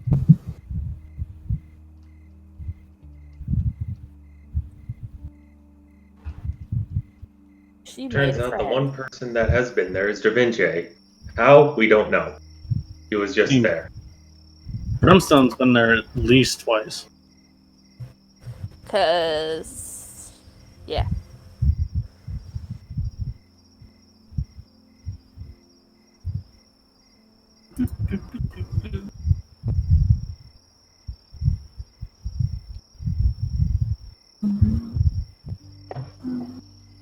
I'm excited for Keta to be faced with morality and, you know, the sins of her godly ancestor.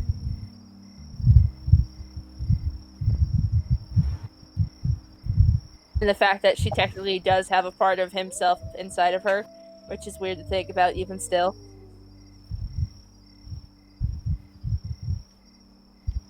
Because technically, since Gradum's divine essence is like pseudo inside of her because she's part Asmar, it means himself's inside of her. There she is, baby. The absolute other baby who finds a lot of people attractive. And also finds herself in a lot of trouble. That's why I also think Gift of Gab would work. Also, I just really can't wait till we level so I can actually get I can switch out some fucking spells and get more damage spells. Just all thunder spells.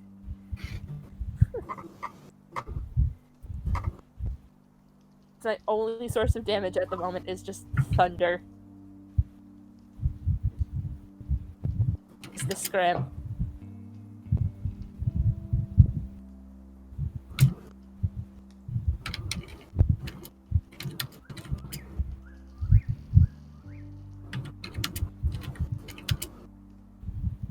Also, soon enough, when we reach level 6, Keta can get her first magical secrets! Mm-hmm.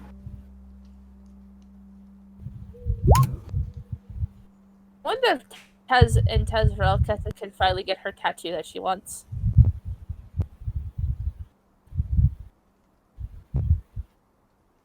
Maybe. It seems like the Tezrel seems like it's a very body open place and like body modification place.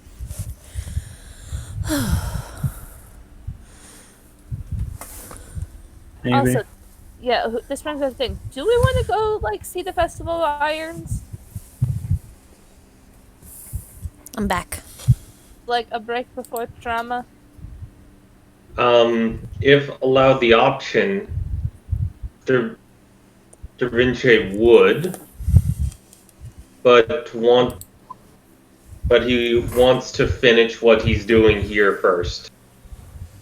And this is also then like after a week of trying to look for it, so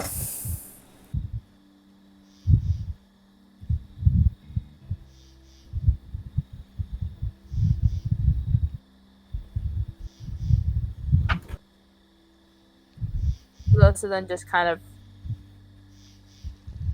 because he's the one that can get us there, but like I guess kind of party vote.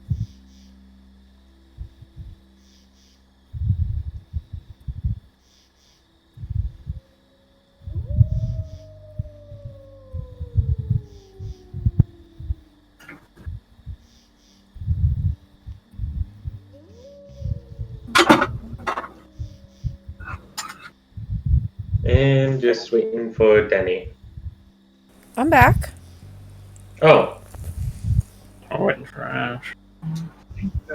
Jim? Yeah, looks like he's coming back.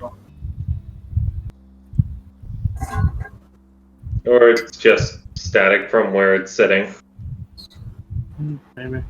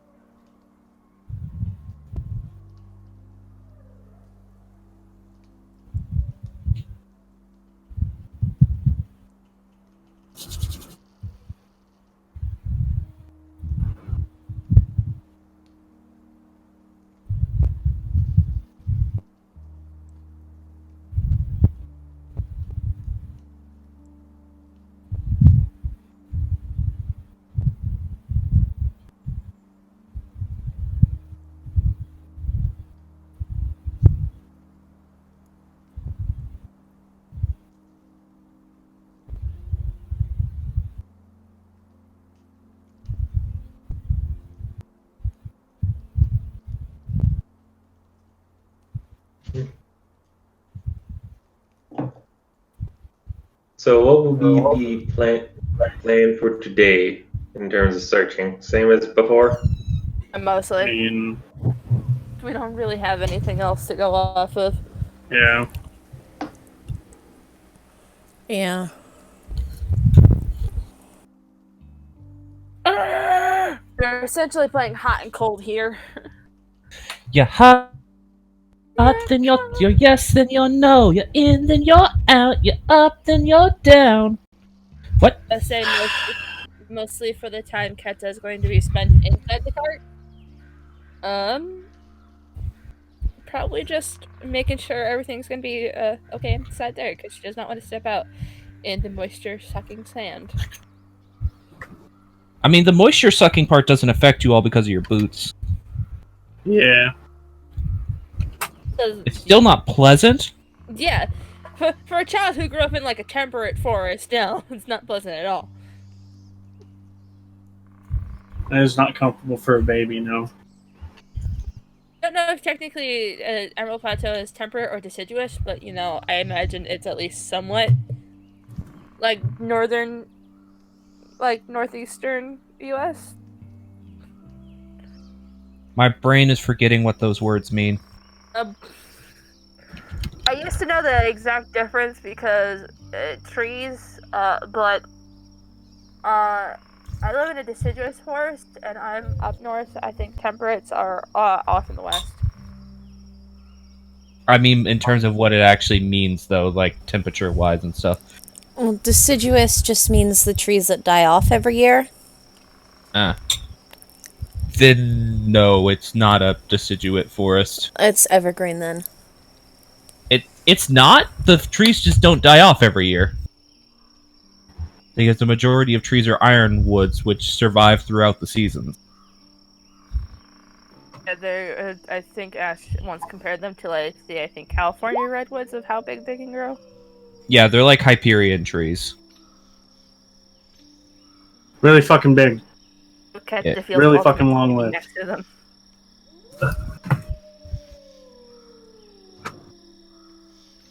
The only other thing I think we can add on to maybe is asking Madame Elway very nicely if Charles can at least help in investigating. Alright. But I don't know who wants to ask her to raise her bird.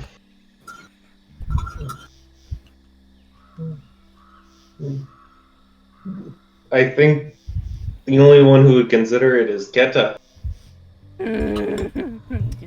True. And the only two who really feel comfortable talking to her are you and Failsy could Failsy. Failsy could try and resummon her familiar in a different shape, but then she'd lose her chewing gum. Okay, Keta will ask Madame Elway about Charles. Is everyone back, by the way? Jenna's back, I run back. Yeah. Alright, just making sure. I have always been here. I was quickly eating. Also, I need to message a thing real quick. I made more coffee. Nice.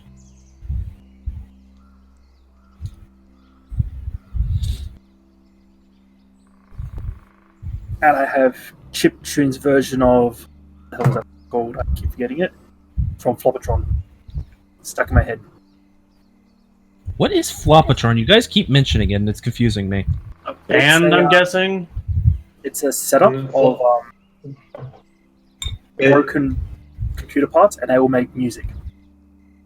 Basically, think of like floppy disks, disk drives, I know what you're printers. talking about now. Oh. Yeah. All of those devices that make noise when they function, be that reading, printing, like whatever. A guy set up a whole bunch of that equipment and hooked it up to a system that will send them commands to like move to position B or move to memory square A or quadrant A. Yeah. And set it up so that it would make music using like floppy disk readers and stuff. I understand. So it's like a little orchestra of floppy disk readers.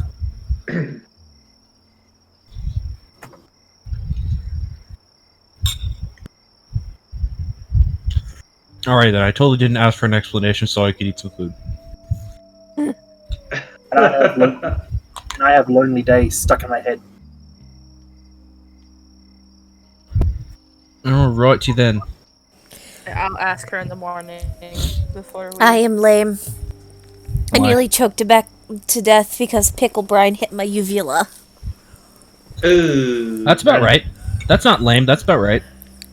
I like pickle brine. I'm good. I was having a pickle, and it just, brine shot out and hit me right in the back of the throat, and it was not pleasant. I'm the only one that eats, that drinks pickle juice. Yes. No, I drink it. Okay, I want to make sure I'm not fucking crazy. Pickle juice is good. It's also It really good is, if you have especially cramps. Just because someone else agrees with you doesn't mean you're right. Especially if it's like bread and butter pickles, hell yeah. It also means that you're wrong with Oja. You're like wrong. I'm always wrong. I like All right. sour candy. All right, It's it's- good, invalid. I like sour candy. Ha! sour candies are great. It's literally Oh. my favorite type of candy. Oh, how the turntables. Alright, anyways. Failsy, the character, is loves sour because of all the acid. That you'll just eat lemons. I'm picturing she doesn't even peel them. She just eats them fucking... Yeah, just Lee offers you lemonade that has a lemon on the side for garnish, and you just take the lemon. Fails to Do you eat a guys- lemon like you eat an apple. Do you and guys then like your... printing. Do you guys like I your do lemon that. with or... Do you guys like your lemon with or without the shell? What? I would peel a lemon and just eat it like an orange. Failsy, what? Anyway, before they set out searching, Keta will have a lemon square from last night out on a nice plate with a cup of juice. Alright, before that though, there's the nighttime to deal with. Yeah. Yes. So, who is wanting to keep watch? Because I know you guys previously still wanted to do watches while sleeping. So we'll do I guess Da Vinci would take first watch while there's light out. Already. so we'll take second. Muragon will take the darkest part of the night. That would be third. does take fourth then. Alrighty. Brimstone gets a full night of sleep. Still wakes up in time to take the last watch, but doesn't have to. Yeah. Done it for so long, it's just habit at this point. Alright then. First watch, please commence watching roll. Okay. So perception. And 11. Just bug standard rolls. Yeah, it's been how it goes here the last few days. So during your watch, it is a little eerie because at this point where you guys were taking this watch, you're actually still somewhat close to the glass mountain. Because you found that towards the end of the first day. So it's still can within we view. See the outline in the distance. Yeah. It's a little eerie because at night, that mountain is like... The moonlight passing through it gives this odd, ethereal glow to the mountain. And you honestly have a hard time focusing on anything but that. Though, luckily, it seems like nothing accosts your all's cart during your watch. You just are... You have a hard time looking at anything but the mountain. With the weird light show it's giving. Okay. Well, pass it off to Keta. Sorry, give me a second. I didn't realize my fucking laptop exited me out of Roll20. Oh. You know. Now, yeah. As I'm out there, I will be playing at least a little bit of a tune because it's probably fucking deathly ass quiet. Yes, you get the nice, non-existent sound of crickets because there are none. And on the rare times I'll do this, but They're all dead. there's just no sound. That's where we find out there's So something called Kenta singing a lullaby.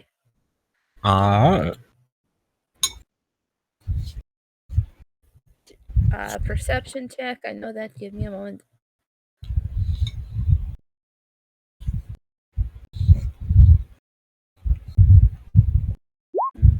Nine.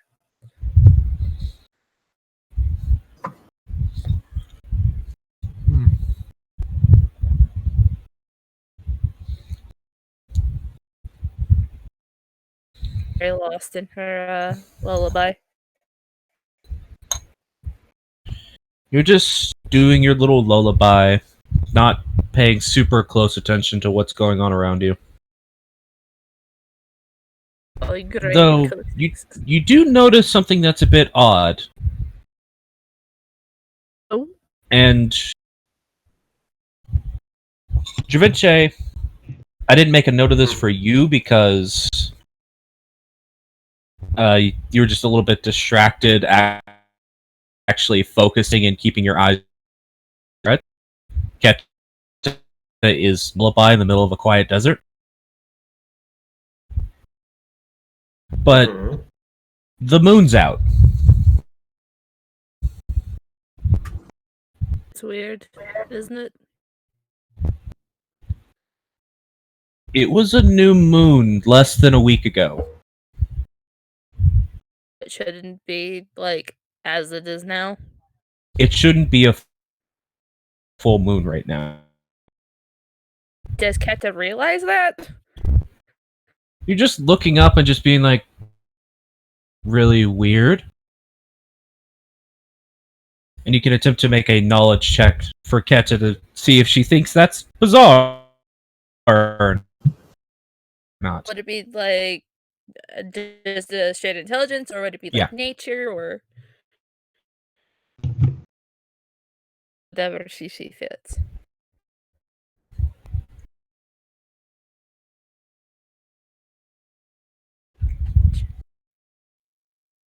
This would be just a straight intelligence check if you didn't hear me. 5. It's weird, but for some reason it doesn't alarm you. The world is weird and you don't explore it that often. You're still new to this, so maybe this is a normal thing.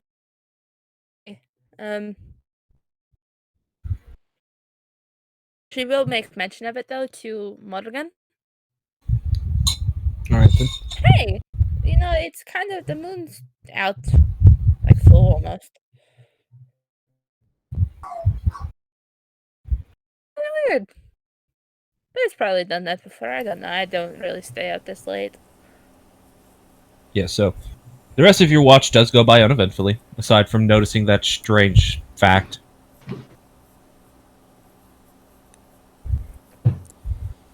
I'm gonna go back, wake up Morgan, and then just climb underneath the arm and fall asleep. Fair enough. Morgan. Mm-hmm. She is It told is. of the whole moon thing. Yeah, the oddity of the moon cycle right now. Which Morgan would be a little bit more privy to, given connections with certain entities. Yeah. Which it definitely strikes you as odd. Yeah,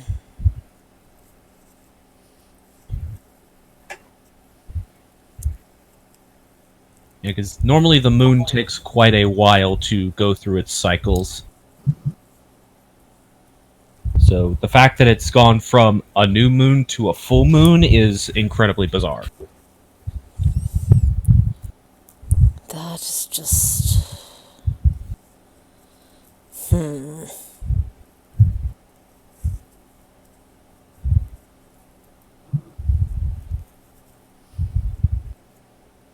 Alright, so what are you doing?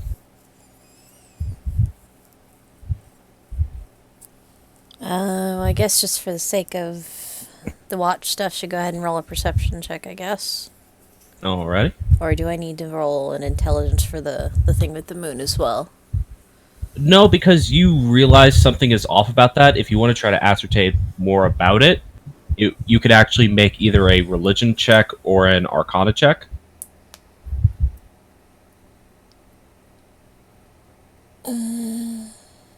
Arcana would be better.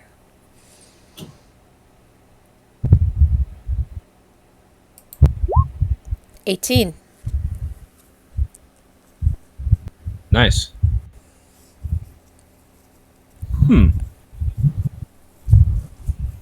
Actually, kind of makes sense. Alrighty then. And if you wanted to try to ascertain more about the cycle of the moon at the moment, make a religion or arcana check. That was my Arcana. Oh, for some reason I thought that was a perception roll because I was looking at my notes. Sorry. It's fine. I can roll perception real quick. Yeah, I would just ask for the perception roll as a general thing. Okay, sorry.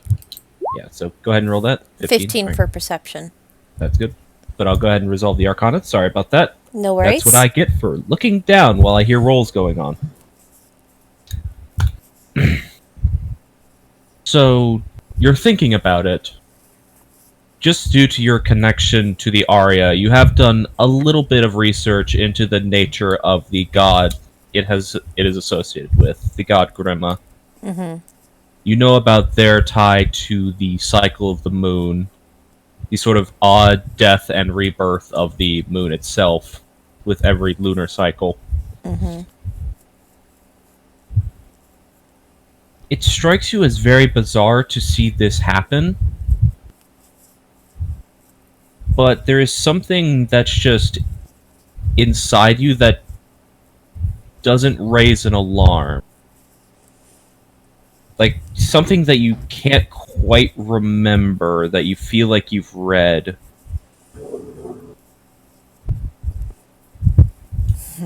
Something about having a specific connection with the moon. I'm sorry, can you repeat that? You kind of broke up a little bit. Something about certain areas having a specific connection with the moon. Like, and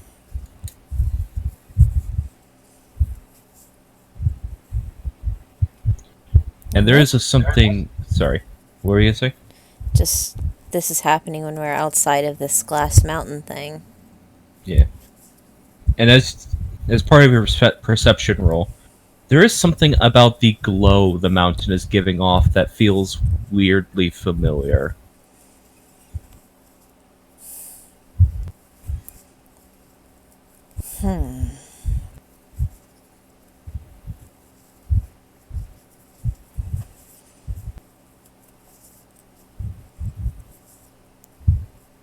Gears are turning.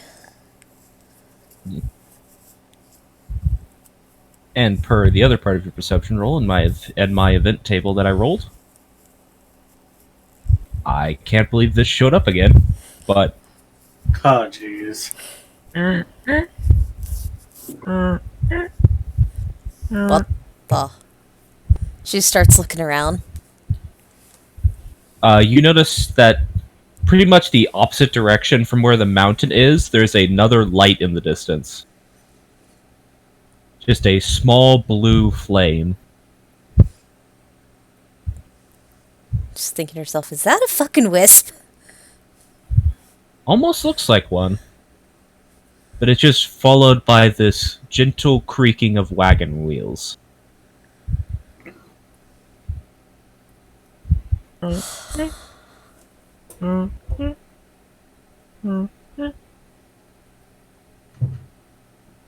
It seems to be heading towards your cart or along the same path. All aren't really following a path. Fair. What does Morgan do? Just because that's a little odd, she is going to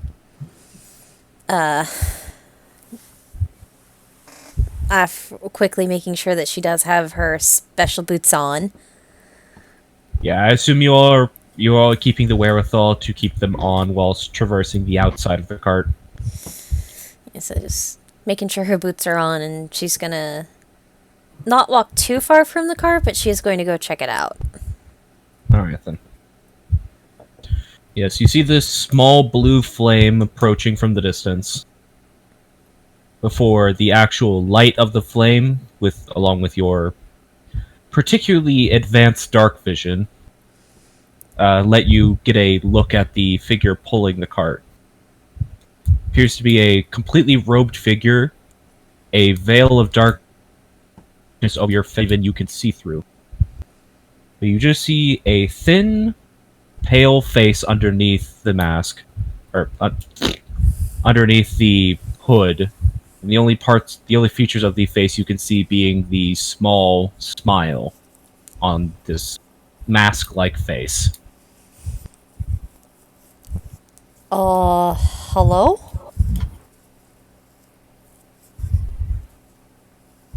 You see the figure, previously somewhat hunched over as it was walking, just stop and look up at you. Its head slowly tilts to the side.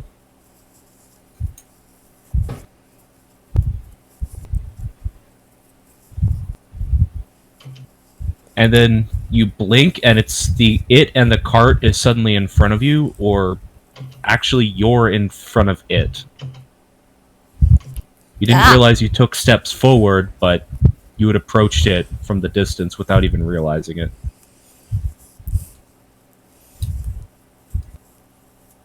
You're currently about 50 feet away from the cart at the moment.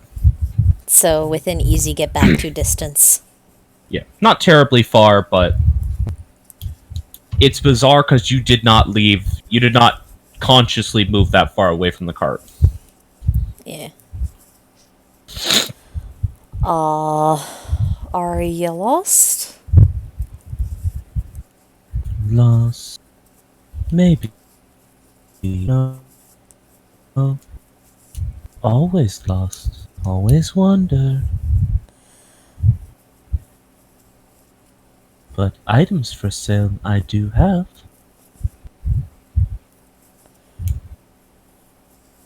A merchant.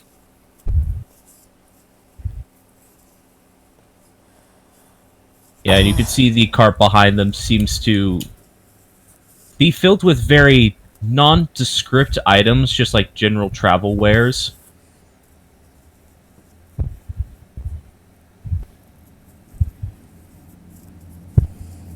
But it's very small. Huh.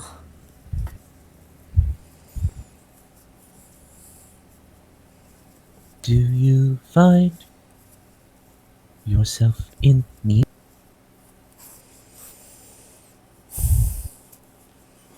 I mean, possibly.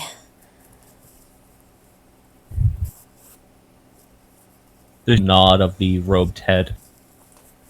Many to do. I.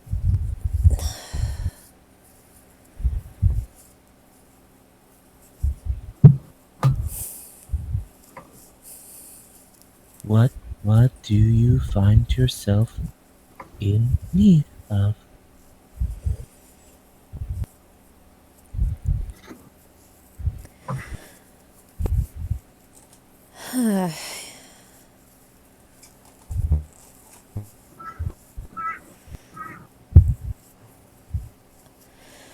Like she thinks for a minute and just. Yeah, wouldn't happen to have anything to help someone disguise themselves, like, say, help a tiefling to look like a human. Hmm.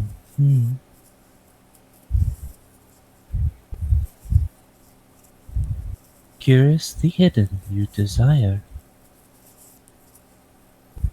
to hide yourselves from ire. Perhaps. And you see the contents of the cart start to shift and rumble before a couple objects start to For what? before a start to float out of the cart. Okay. The first object to float out is a sort of wide-brimmed sun hat, similar to what you might see someone just wearing in a field somewhere as they gaze over the crops of a harvest. Mm-hmm. Another item that floats out is sorry. Oh, my throat. Yep. Another item that floats out is a small crystal. Appears to have a sort of deep amber color to it. And then another item that floats out is a small box. About the size of a jewelry box, about half a foot wide by about 4 inches.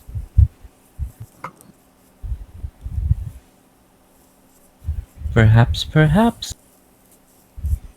any of these might help yourself is what you desire.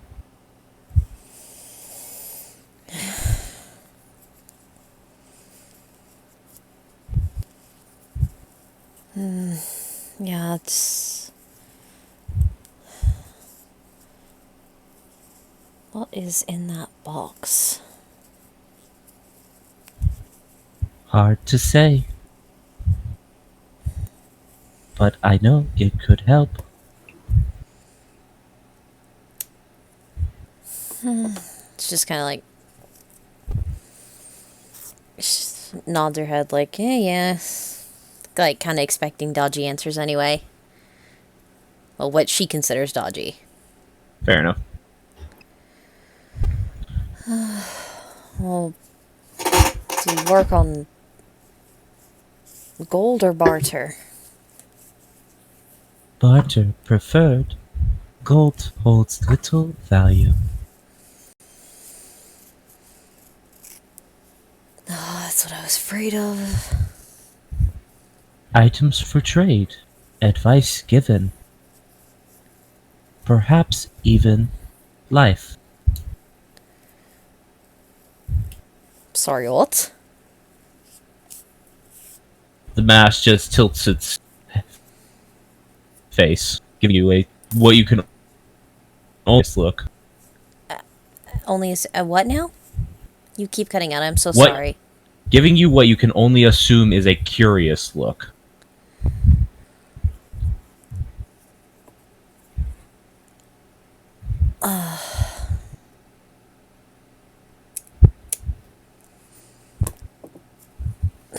Right, barter. Do they have to be, like, are mundane items okay to barter with you, or what? It would depend on the item. Items with value have value. Fair enough. Perhaps not even monetary value, but value nonetheless.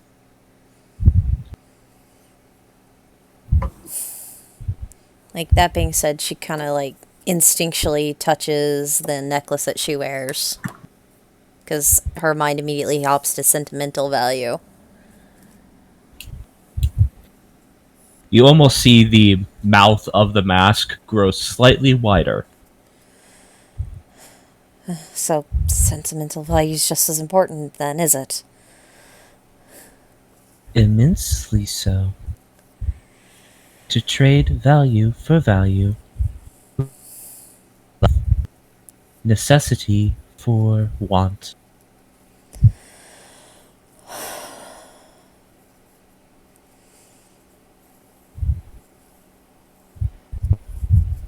Alright then.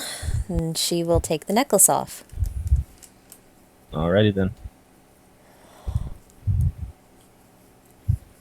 As you remove it from your person, it starts to float in the air. And do remind me exactly which necklace this is, because I know you have a couple of things. It's the one in her character art. Okay. Alrighty. And it was a gift from her sister before she left on this journey. Yes. Your necklace floats over towards its face, almost seeming to disappear in the shadow of the hood for a moment. Yes, yes. Value in loss, value in remembered. Value in love, a worthy trade. And what of these items you're offering would I be able to get for that? Any of the three. Or perhaps, if you have another desire, this certainly has the value.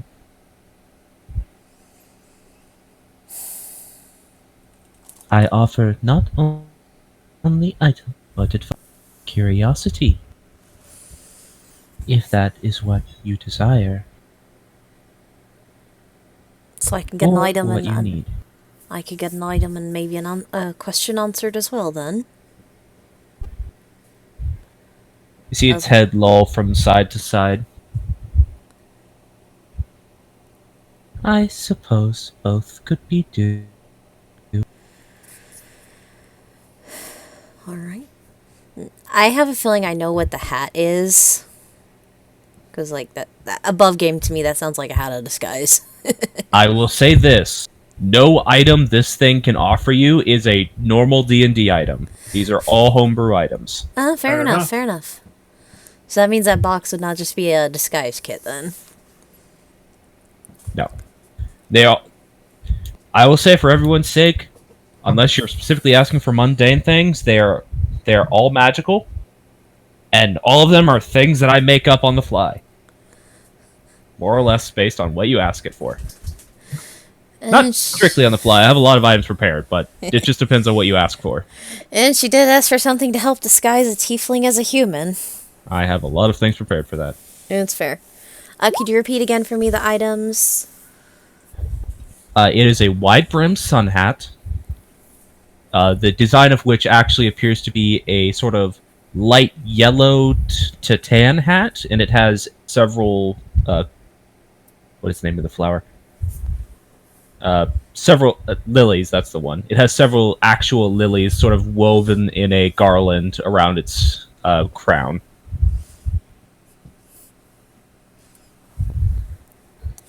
Okay. And then the next items are a small crystal, which has this sort of amber color to it.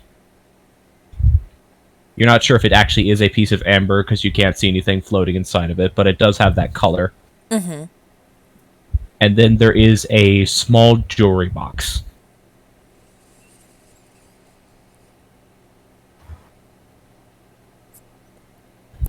There's a thing about Morgan that makes her want to go for the hat. Her favorite flower is lilies. It's almost as if I remember some aspects of your characters. That's fair enough. I don't always remember it, but sometimes I do. Just in moments of brilliance. Yes. Yeah, she'd be like, I'll trade for the hat. Very well. The other items float back inside of the cart, and the hat floats over and places itself upon your head. Okay, then. It definitely feels magical, though you get the sense you probably have to attune to it. Alright, well, she's not going to attune to it right now. She's... Takes an hour anyways. Yeah, she's like... As for answering a curiosity, do you know anything about that glass mountain over there? The figure slowly turns, and you just see it stare for a moment.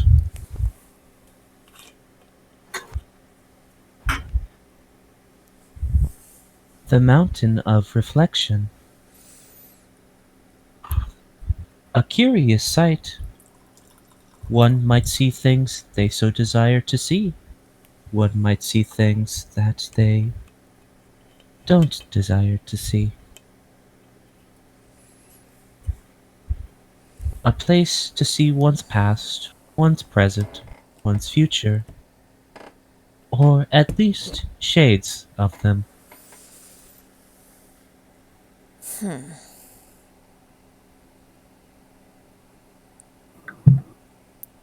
That actually made me feel better about a thing I was going to bring up in the morning. Thank you. Not a problem. And this advice I offer for free. Do not walk at talls in the daylight hours. It's only under the light of the moon, then. Indeed. You might not like what you see. Fair Just- enough. It nods. Nice for a chance of a repeat customer. It gives you a little bow. Wait, repeat? Just for a chance of a repeat customer. Oh. Basically saying, I don't want you to die. Like, basically, it takes her a moment to understand the meaning. It's just like, gotcha. Yeah, just not. I must be on my way. Be careful out there, then, and if you need to drink water, make sure you do. I have plenty. And you just hear the gentle squeaking of the hand cart it pulls, which notably it's not holding it directly. But you've seen it float items from the cart, so you can only assume it picks up the cart itself in the same way. Mm-hmm. And it just slowly disappears into the distance until you can no longer see the blue light.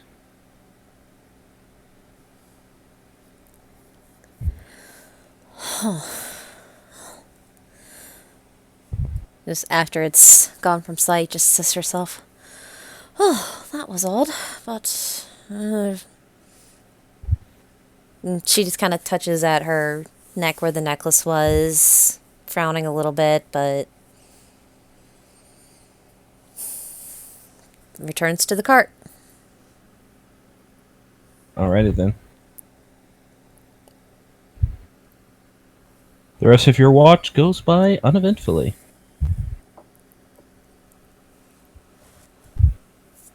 Over the course of the watch, if you so desire, you can also attune to the hat.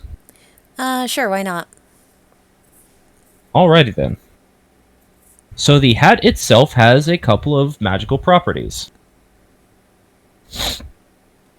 It is similar to a hat of disguise, so whilst you wear it, you can use an action to cast the disguise self spell on yourself at will. Mm-hmm. However, the form appears to be locked. As... Whenever you use the spell, you take the form of a tan-skinned woman. Oh, that's fair enough. Your outfit also changes to reflect that of a fairly modest sundress. And you have a weird while using the item. You have weird what? A weird sense of melancholy while you're wearing the item and using its effect. It's not unpleasant, but it's like melancholy or being hit with nostalgia. It's comforting, but in a strange way. I gotcha. Yeah, the best way to describe it is it's like gazing out over the fields of your homeland that you have not visited in a long time.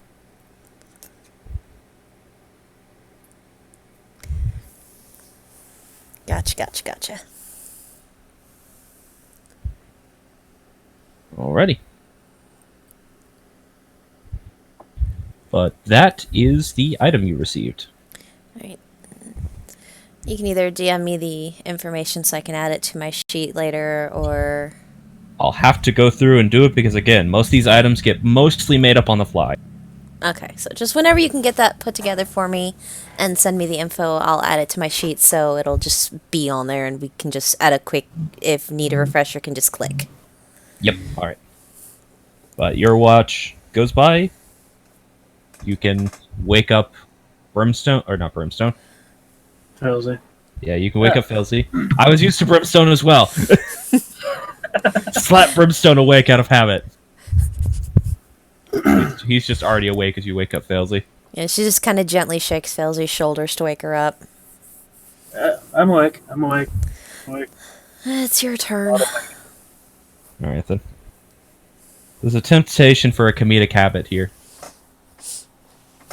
Oh. Felzy, when you get woken up, it's by a woman you don't recognize.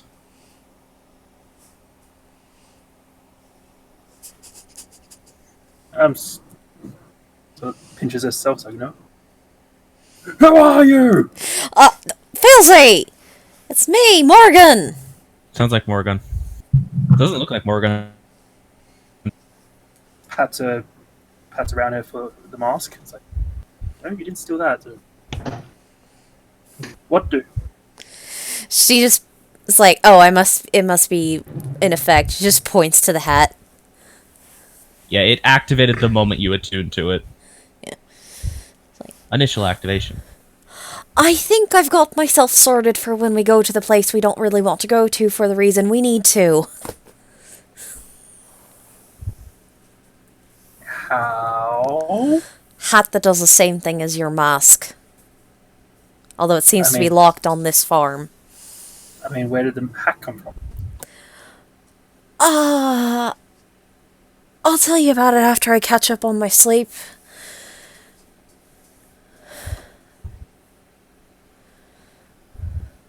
Because honestly, I need the extra few hours before I can explain fully. Are we wanting them answers?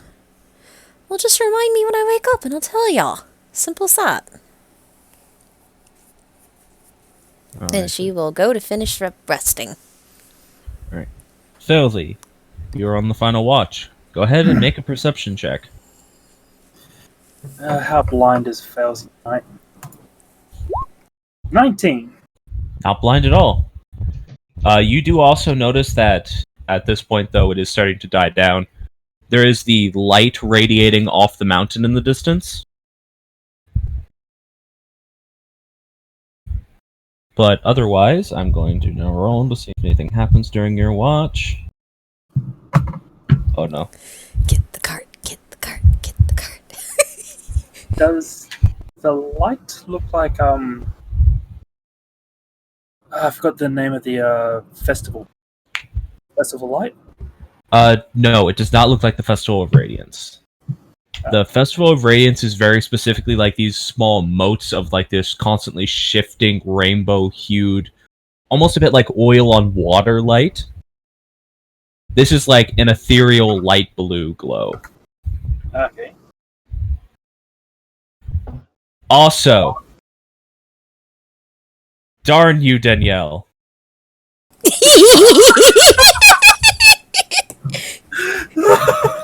You're welcome, Failsy. I hate the fact that I have to do that again, because that's not supposed to show up very often. Maybe the thing decided to be curious and come back in for a second chance at trading. What the hell? I rolled 2 natural ones, which, by the way, this thing is times. on the natural 1 table. It's 3 times.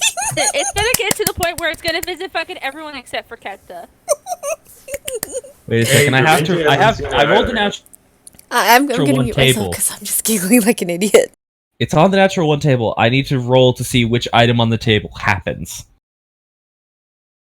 Because it might not be the cardigan, but there's the chance of the cardigan. Okay, so I was gonna say it's like she just ran into the person who's hoarded the most weird stuff. Well, they, you know.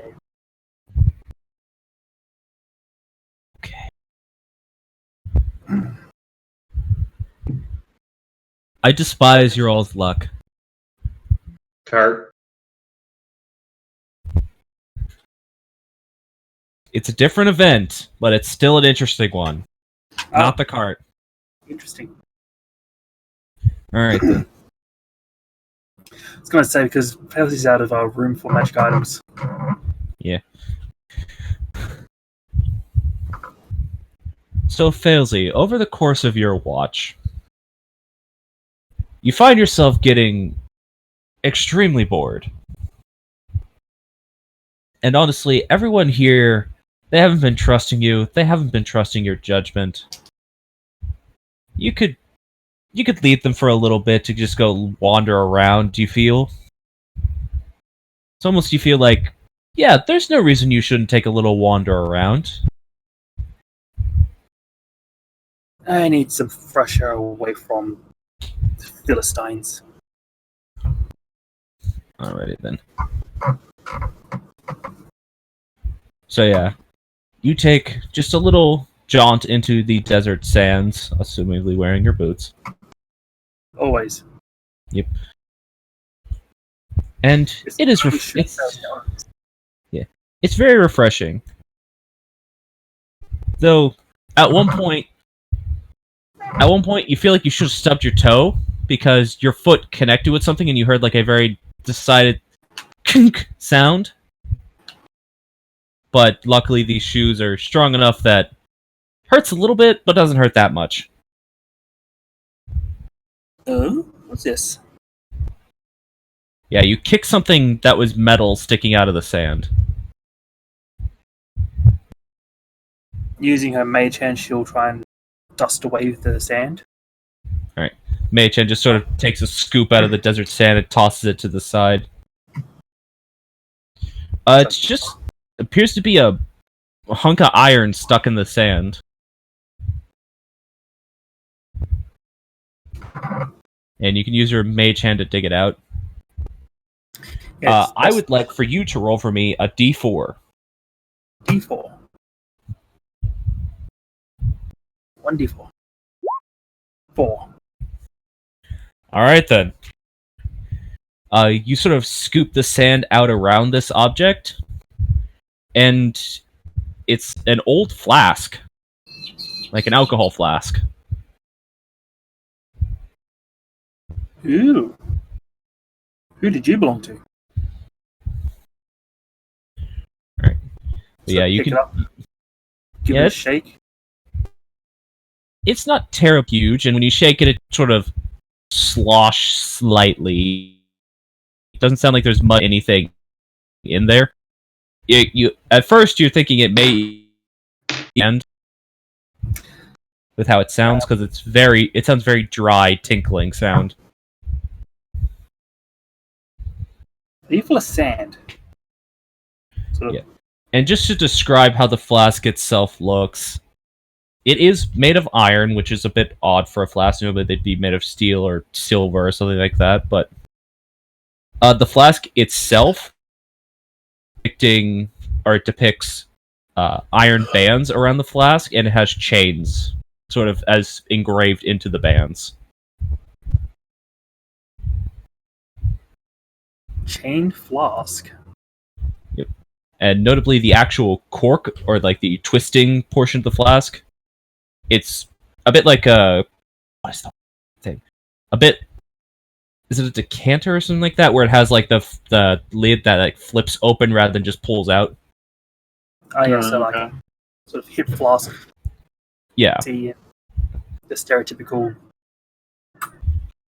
alcoholic who just hides the flask in a book or something. Yeah. Okay. It has that sort of like flipped open flask thing, but there is a rusted lock on the lid. What is in here that needs a padlock? Or is it just like a lock in the... Like it a the lock? actual working of the flask, the front part that would normally just be like the metallic clip to flip open the top of the flask, that metallic clip is replaced by a lock. So the lock's a part of the flask itself? Yeah, the lock is part of the flask's lid.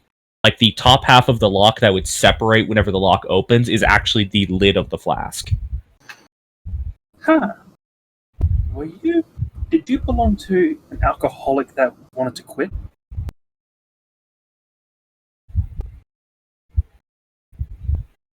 Well, let's see what you got. Pulls out her little lockpick. Alrighty then, you pull out your lockpick. Let's see if we can crack you open. Alright, go ahead and make a Thieves' Tools check or a Sleight of Hand check, depending on what you're trying to do. Technically, it's a Thieves' Tools check if you have Thieves' Tools. I've got a lockpick. Yep, so go ahead and make a Thieves' Tools check. I think that's It's a dexterity check, and if you have proficiency with Thieves' Tools, you add your prof. I don't know if you do or not. 12. Do you have 20 dexterity?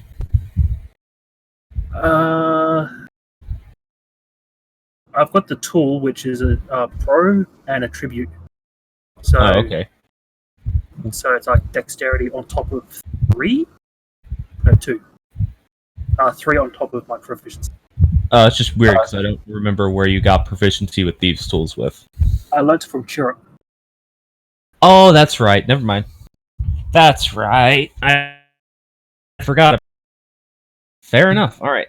So I don't 12? know. I don't have whole thieves' tools, but I can lockpick. Gotcha. Yes, you can't disarm traps or anything, but you can pick locks. All right. You start picking the lock, and as you do, you hear a sound, and your lockpick snaps in half. Oh. Like, you actually saw the mouth of the lock close and snap your lock. Oh, Wow. Okay, so I need a key for you. Or can you talk and you're going to tell me what you want? The flask says nothing. So it just literally ate the lockpick? No, it bit the lockpick and snapped it in half. The lockpick fell out of the lock. I'll gather up those pieces. Do I have mending? It's at this point you realize that you're not within sight of the cart anymore. I don't have mending. Never mind. Well, you're coming with me, and where's that? Oh, You have no idea where you are right now, except for the mountain in the distance. was I Which, walking at this towards point, you the can mountain? just see the tip of. So walking towards the mountain or away from? You don't remember at this point. You literally got lost in a haze while being frustrated, which is part of this event.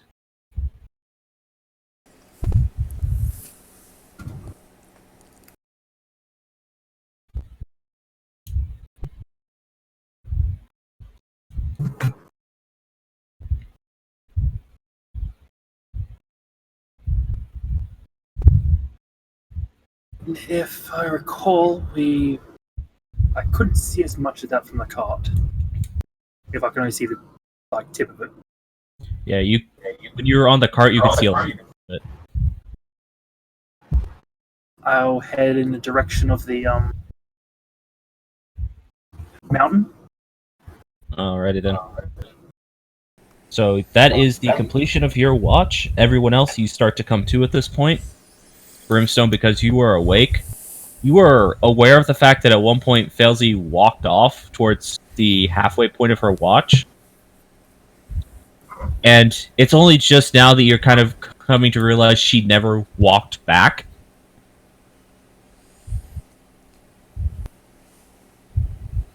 huh.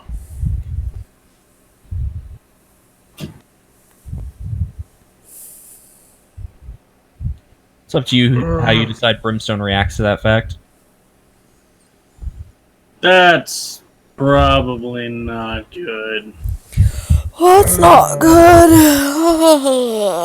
Failsy decided to take a walk, and I don't know where she is. Oh. Alright, I guess we better look for her. I don't want her getting hurt. Even though she's gonna be the one who knows these deserts the best. There's safety in numbers. So she wandered off and is missing, and this is a concern. Why? That's just rude, Da Vinci.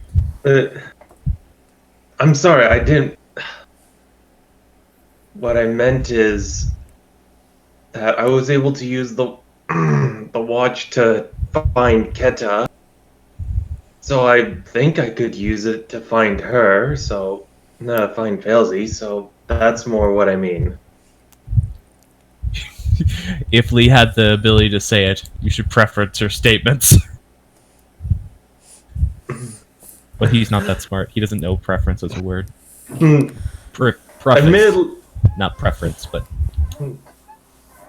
It was admittedly intentionally phrased that way. Well, we should find her, because I wanted to tell her about this strange and wonderful little thing I ran into last night. Oh? What little thing? That the moon was full? Actually, I don't think that's to be cause of concern. I think it's purely the location we're in. I want to check the mountain first, 'cause that seems the most likely. Not in the day! Not in the day! What? Why not? What? Seems like the place Failsy would head the most because she was kind of pissy that we didn't want to go yesterday. Yeah, but I've gotten. Weird things happen to me that it helps us get information. If we want to explore that area, and I'm thinking I do want to explore it now, it's best if we do it under the light of the moon. Under the light of the sun could be dangerous. Why? I mean, I guess if it's all glass, it might be really hot in there. You seem to have a specific reason in mind that you're like, we shouldn't do it, and you might have to tell us because it might be important. Okay, I'm gonna sound crazy. I mean, you kind of already do most of the time. Hey, Be fair, half the shit that we say to each other sounds like a fucking madman's thing, so, Snaps fingers and points at Brimstone. Just like, yes. Anyway. To be everything you all say sounds like crazy talk. You're the most normal of us, Lee. Anyway. I'm just frying bacon. Fast explanation because I want to tell the full story when Felsy's here and can hear it. A wee little childlike looking thing came up to me with a cart. Oh, that's fucking weird. Yeah, Wait, Brimstone, that sounds weirdly familiar. Yeah. The cart was really fucking squeaky, right? Yeah, actually. That's fucking weird. You saw it before, haven't you? Yeah, right after before Granum showed up. Why does everyone else get to see weird things but me? Anyway. Bear. But, sorry, I did a trade with it and it told me that mountain be better, if we want to explore it, be better and safer to do so under the light of the moon. And it's called it the Mountain of Reflections. Okay, but again, that does not explain why we need to. It said it was dangerous, and it was giving me the advice for free because it wanted a possibility of a repeat customer. I took that to mean if we go in there during the daylight, we'll die. It's like it decided it's gonna be mysterious and kind of spooky and not tell you why it's dangerous. Sounds fishy. Gertrude, doesn't that sound like half the things we so far? Yes. It sounds fishy, and it's kind of wanting me to go in right now. I will. Also, Keta, to be fair, this is just an outside perspective, but usually when we get given the full story, you cry and get depressed, so I kind of don't want it. No, I've only cried once. That's not true. Anyway, no. That is far from the truth. can we go find Falesy now, please? Yeah. I assume you activated turn-by-turn directions? Yeah, as Morrigan was explaining it, he was activating it and was about to climb up to give Galadriel directions. Alright then. Hop out and start calling out for Falesy. The target you seek is due north. And Due All north right, to Galad. northeast. Sorry. all right, Galadriel, we gotta pick up someone who got themselves lost. Let's travel north. Yeah, I was wondering where she was going. I didn't bother stopping her, though. She seemed like she had a lot on her mind. Anyway, we want to go that way. Alright. Yeah, Galadriel starts trotting. Yeah, Keta will get back in. Get on the car. We don't want to leave you behind too. She'll get back in. Right. Maybe the mountain of reflection might help in my quandary, but we have to wait till nighttime to do it. I mean, it's a pretty big thing. You guys can find it again by the time nightfall arrives again. But with turn-by-turn directions and Galadriel's speed, you all actually are able to see Falesy in the distance as she is actually she's currently on the dune overlooking the mountain. Elsie. Oh, there you are. He's got lost. Mm, No. No, we saw that you had disappeared and wanted to make sure that you weren't getting yourself killed, lost, stranded, whatever number of negative things that can happen to you. Apparently Yeah, it's now cool to go on the mountain. I just went for a little wander and misplaced the cart. We found you again. Well, get your ass back on here. I want to tell you about the thing I found last night. Oh yes, hat. Apparently, we need to know. We now know something about this mountain, and we shouldn't enter it in the day. Yeah, that too. Oh, also, all of you now realize that Morrigan has a new. Now that she mentioned it, you all look over and she has a new hat. Where did you get the hat? You got the hat from the tiny man? Yeah, as soon as Felzy gets in here, I'll tell you the full story. Yeah, doesn't take fails. Very You can, fitting for you. You can remount. Can we just say, for sake of brevity, Morrigan explains, and also about Are there the any omissions you would have, or do you just explain to them pretty much verbatim what you experienced? She wouldn't really go into the significance of the necklace, but from Dravinci and Morrigan having talked in the past, he would actually know the significance of it. Alright. So yeah, you all are told about this strange little entity that gave Morrigan a hat. I want to meet this person now. Yeah. They're also the ones who gave me the bit of advice about the mountain there. And you said it was the Mountain of Reflection? Yeah. Well, Austin, what do we need to do? Da Vinci is going to look at Falsey. I guess this means you won't call it the Falsey Sparkling Mountain, huh? I was thinking of calling it Dravinci's butt plug.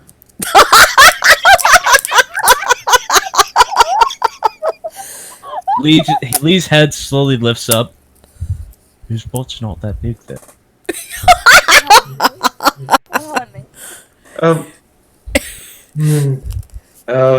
Yes. Maybe instead a better name for it is Falsey's ego. It's big, it's shiny, and it's all over the place. Alright, kids, shut the fuck up. What's it do? I mean, my idea was more so to prevent his cat piece, but that's just me. Anyway. That seems more appropriate. Oh, Mountain of it's supposed to be able to show you things, and the way that the little shopkeeper, I guess you could say, was talking. Merchant, shopkeeper. Merchant seems more appropriate because traveling. The way they were talking, it sounds like it's safer to go under the light of the moon. And I mean, I did some thinking on it. I think the moon was full last night on account of the mountain. You're saying that, like, it might be just full in this area because, like, the mountain's here, and then, we go in. We reflect on some things, and we find out answers to things. I mean, possibly, yeah. Who knows? I just like to have more information before going into things, so Falsey, I'm sorry for not listening to you yesterday. I have to agree with you now. Going in there tonight could help us with figuring out some things about why we're here in this desert. And if not, it could at least give us insight into what we're doing going forward. Or it might be specific for each person going in. Dravinci might understand why he's here in this desert for a particular item for Althea. You might gain insight on what's going on with Arya. And I might gain insight on different things. It is a reflection, maybe, of ourselves, of what we are doing. I mean, I guess we won't really know until we try it. Right. So we can Yeah. have a day to burn, I guess. Hey, we can still continue looking in the meantime. I think that thing's big enough we can find it easy come nightfall. Well, I actually wanted to try something, so I might be at the contest for helping spot weird things in the desert. But oh, that reminds me, Madam Elway. Okay, I have a lemon square for you. Do you think Charles could help us look for a particular thing in the desert? We don't know exactly what we're looking for, but he probably is a very good finder. That's more of a question for Charles than for me. And she just sort of like reaches into her robe and produces a raven, Yes. Hello, Charles. Get this scritch. who is still pink. She's giving him scritches. No, I never fixed that.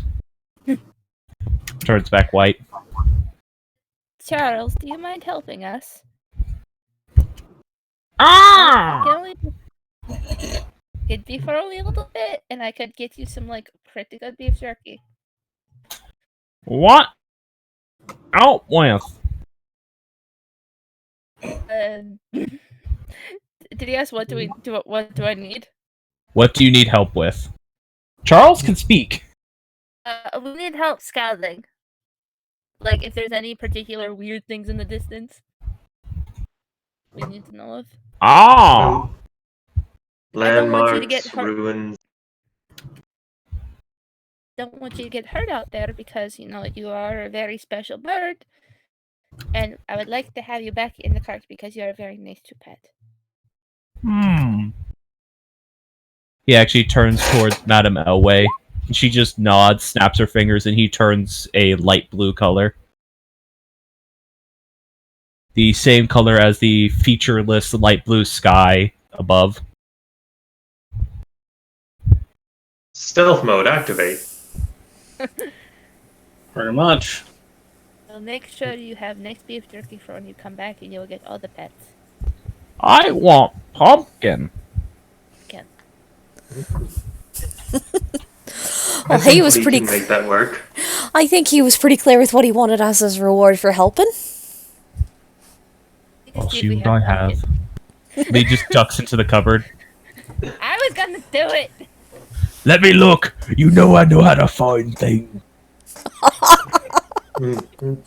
Also, we don't have pumpkin, but we have squash. Squash, okay? Bird eyes narrow. Yes. I'm sure once we get to the city we need to go to after this, like, Monogun is pointedly avoiding saying the name Failhaven because she's noticed how it makes Failsy kind of flinch, so she's trying to be considerate. I'm sure once we get there, considering the climate there, we could get a hold of some actual pumpkin for you, Charles. I mean, if we wait Squash is fine. roasted squash seeds are pretty good. No. No. Does I mean, if you've heard ravens talk, that's what they sound like. Yeah, No, I know. He just sounds really depressed. that's just how ravens sound. I know. You don't. Also, you don't feed roasted seeds to birds. It's bad. You give them raw seeds or just dried out seeds. More so kind of mentioning her preference for seeds, but you know. Fair enough. Okay, let's. We have a friend that can actually talk to us. Let's try exploring down to the southwest. Okay. Should I go another way? It's up to you, though. I guess straight west would. Right. So from the previous quadrant, Charles will search what would technically be the northwest quadrant. You guys will search the southwest quadrant. Yeah. Okay. You okay? I hit myself in the ankle with a mouse. Ugh.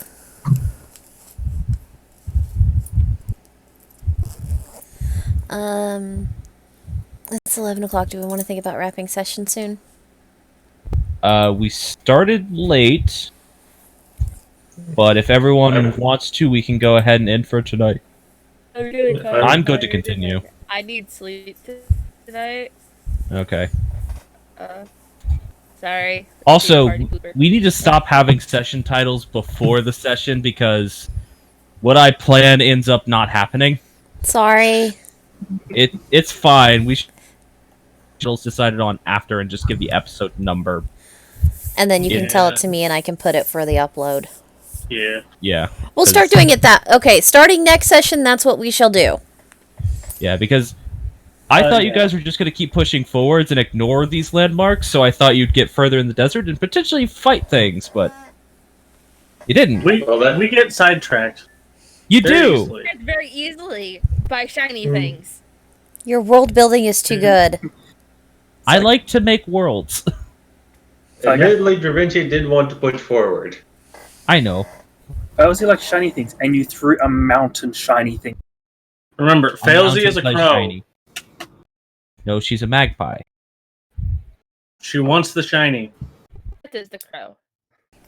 And Both now, of you are. and now the party warlock is on her side about exploring the shiny, but only during nighttime. Yes. Yeah. Failsy would actually have somewhat of an idea about why you shouldn't explore this during the daytime. Oh, so we have wait, why we shouldn't or why we should? Just thinking about it, you realize that you've seen what gigantic refracting glass can do to sunlight. You know, the Yeah. solarium. Yeah. It would That- die. Yeah. It's a magnifying glass, and we are ants. Pretty much. Yeah. Or the Some crystallium, not the solarium. Some Morrigan doing all her ranting and raving about, I was told we shouldn't go in there during the daytime just makes total sense to Failsy. Oh yeah, that's the thing that would kill us. Yeah, the thing you would see would be your eyeballs melting. Raiders of the Lost Ark style. Mmm. Delicious. Crispy. Ever been to the River of Fire? Alright. But yeah, let's go ahead and wrap. Those who shill, do it! So in other words, Andy, talk. Hey.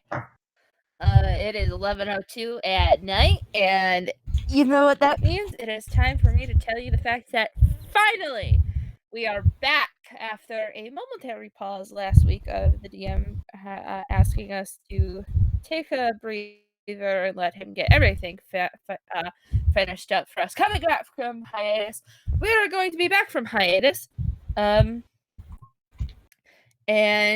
well, we are saying the official goodbye to our good fairy blood hunter Desire, who is already off and doing her own little weird things with some weird individuals.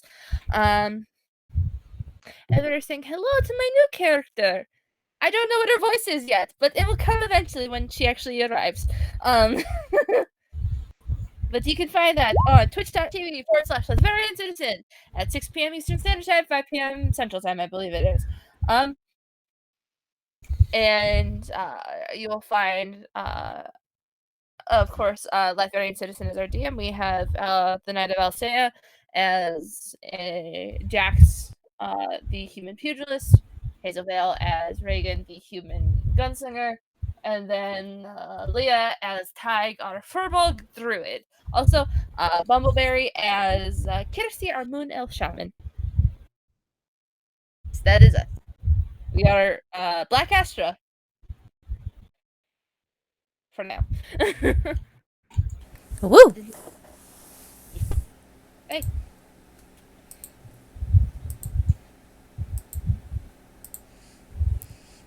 Any other shilling from you, Andy, or is that it? Yep. Alrighty.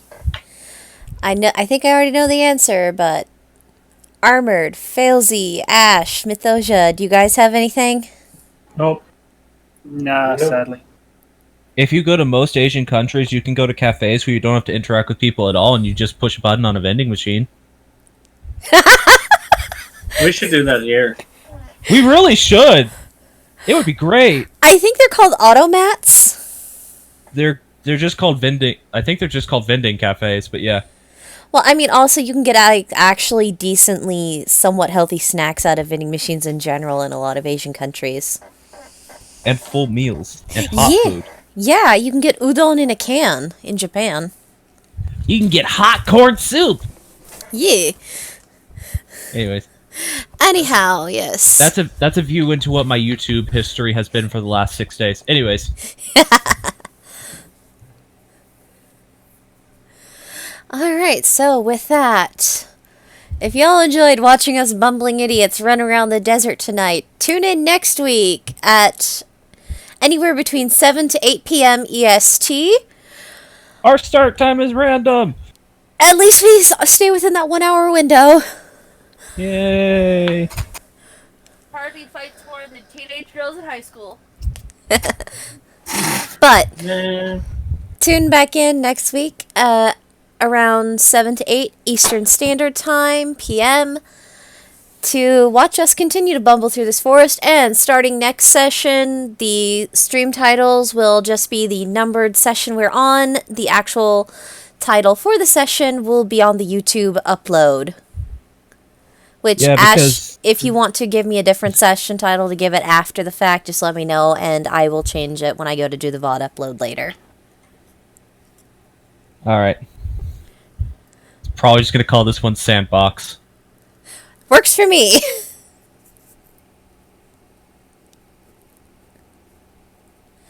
Alright. I just wrote that down on my notes. Okay, so, there. Are we all ready to say the good nights? Apparently.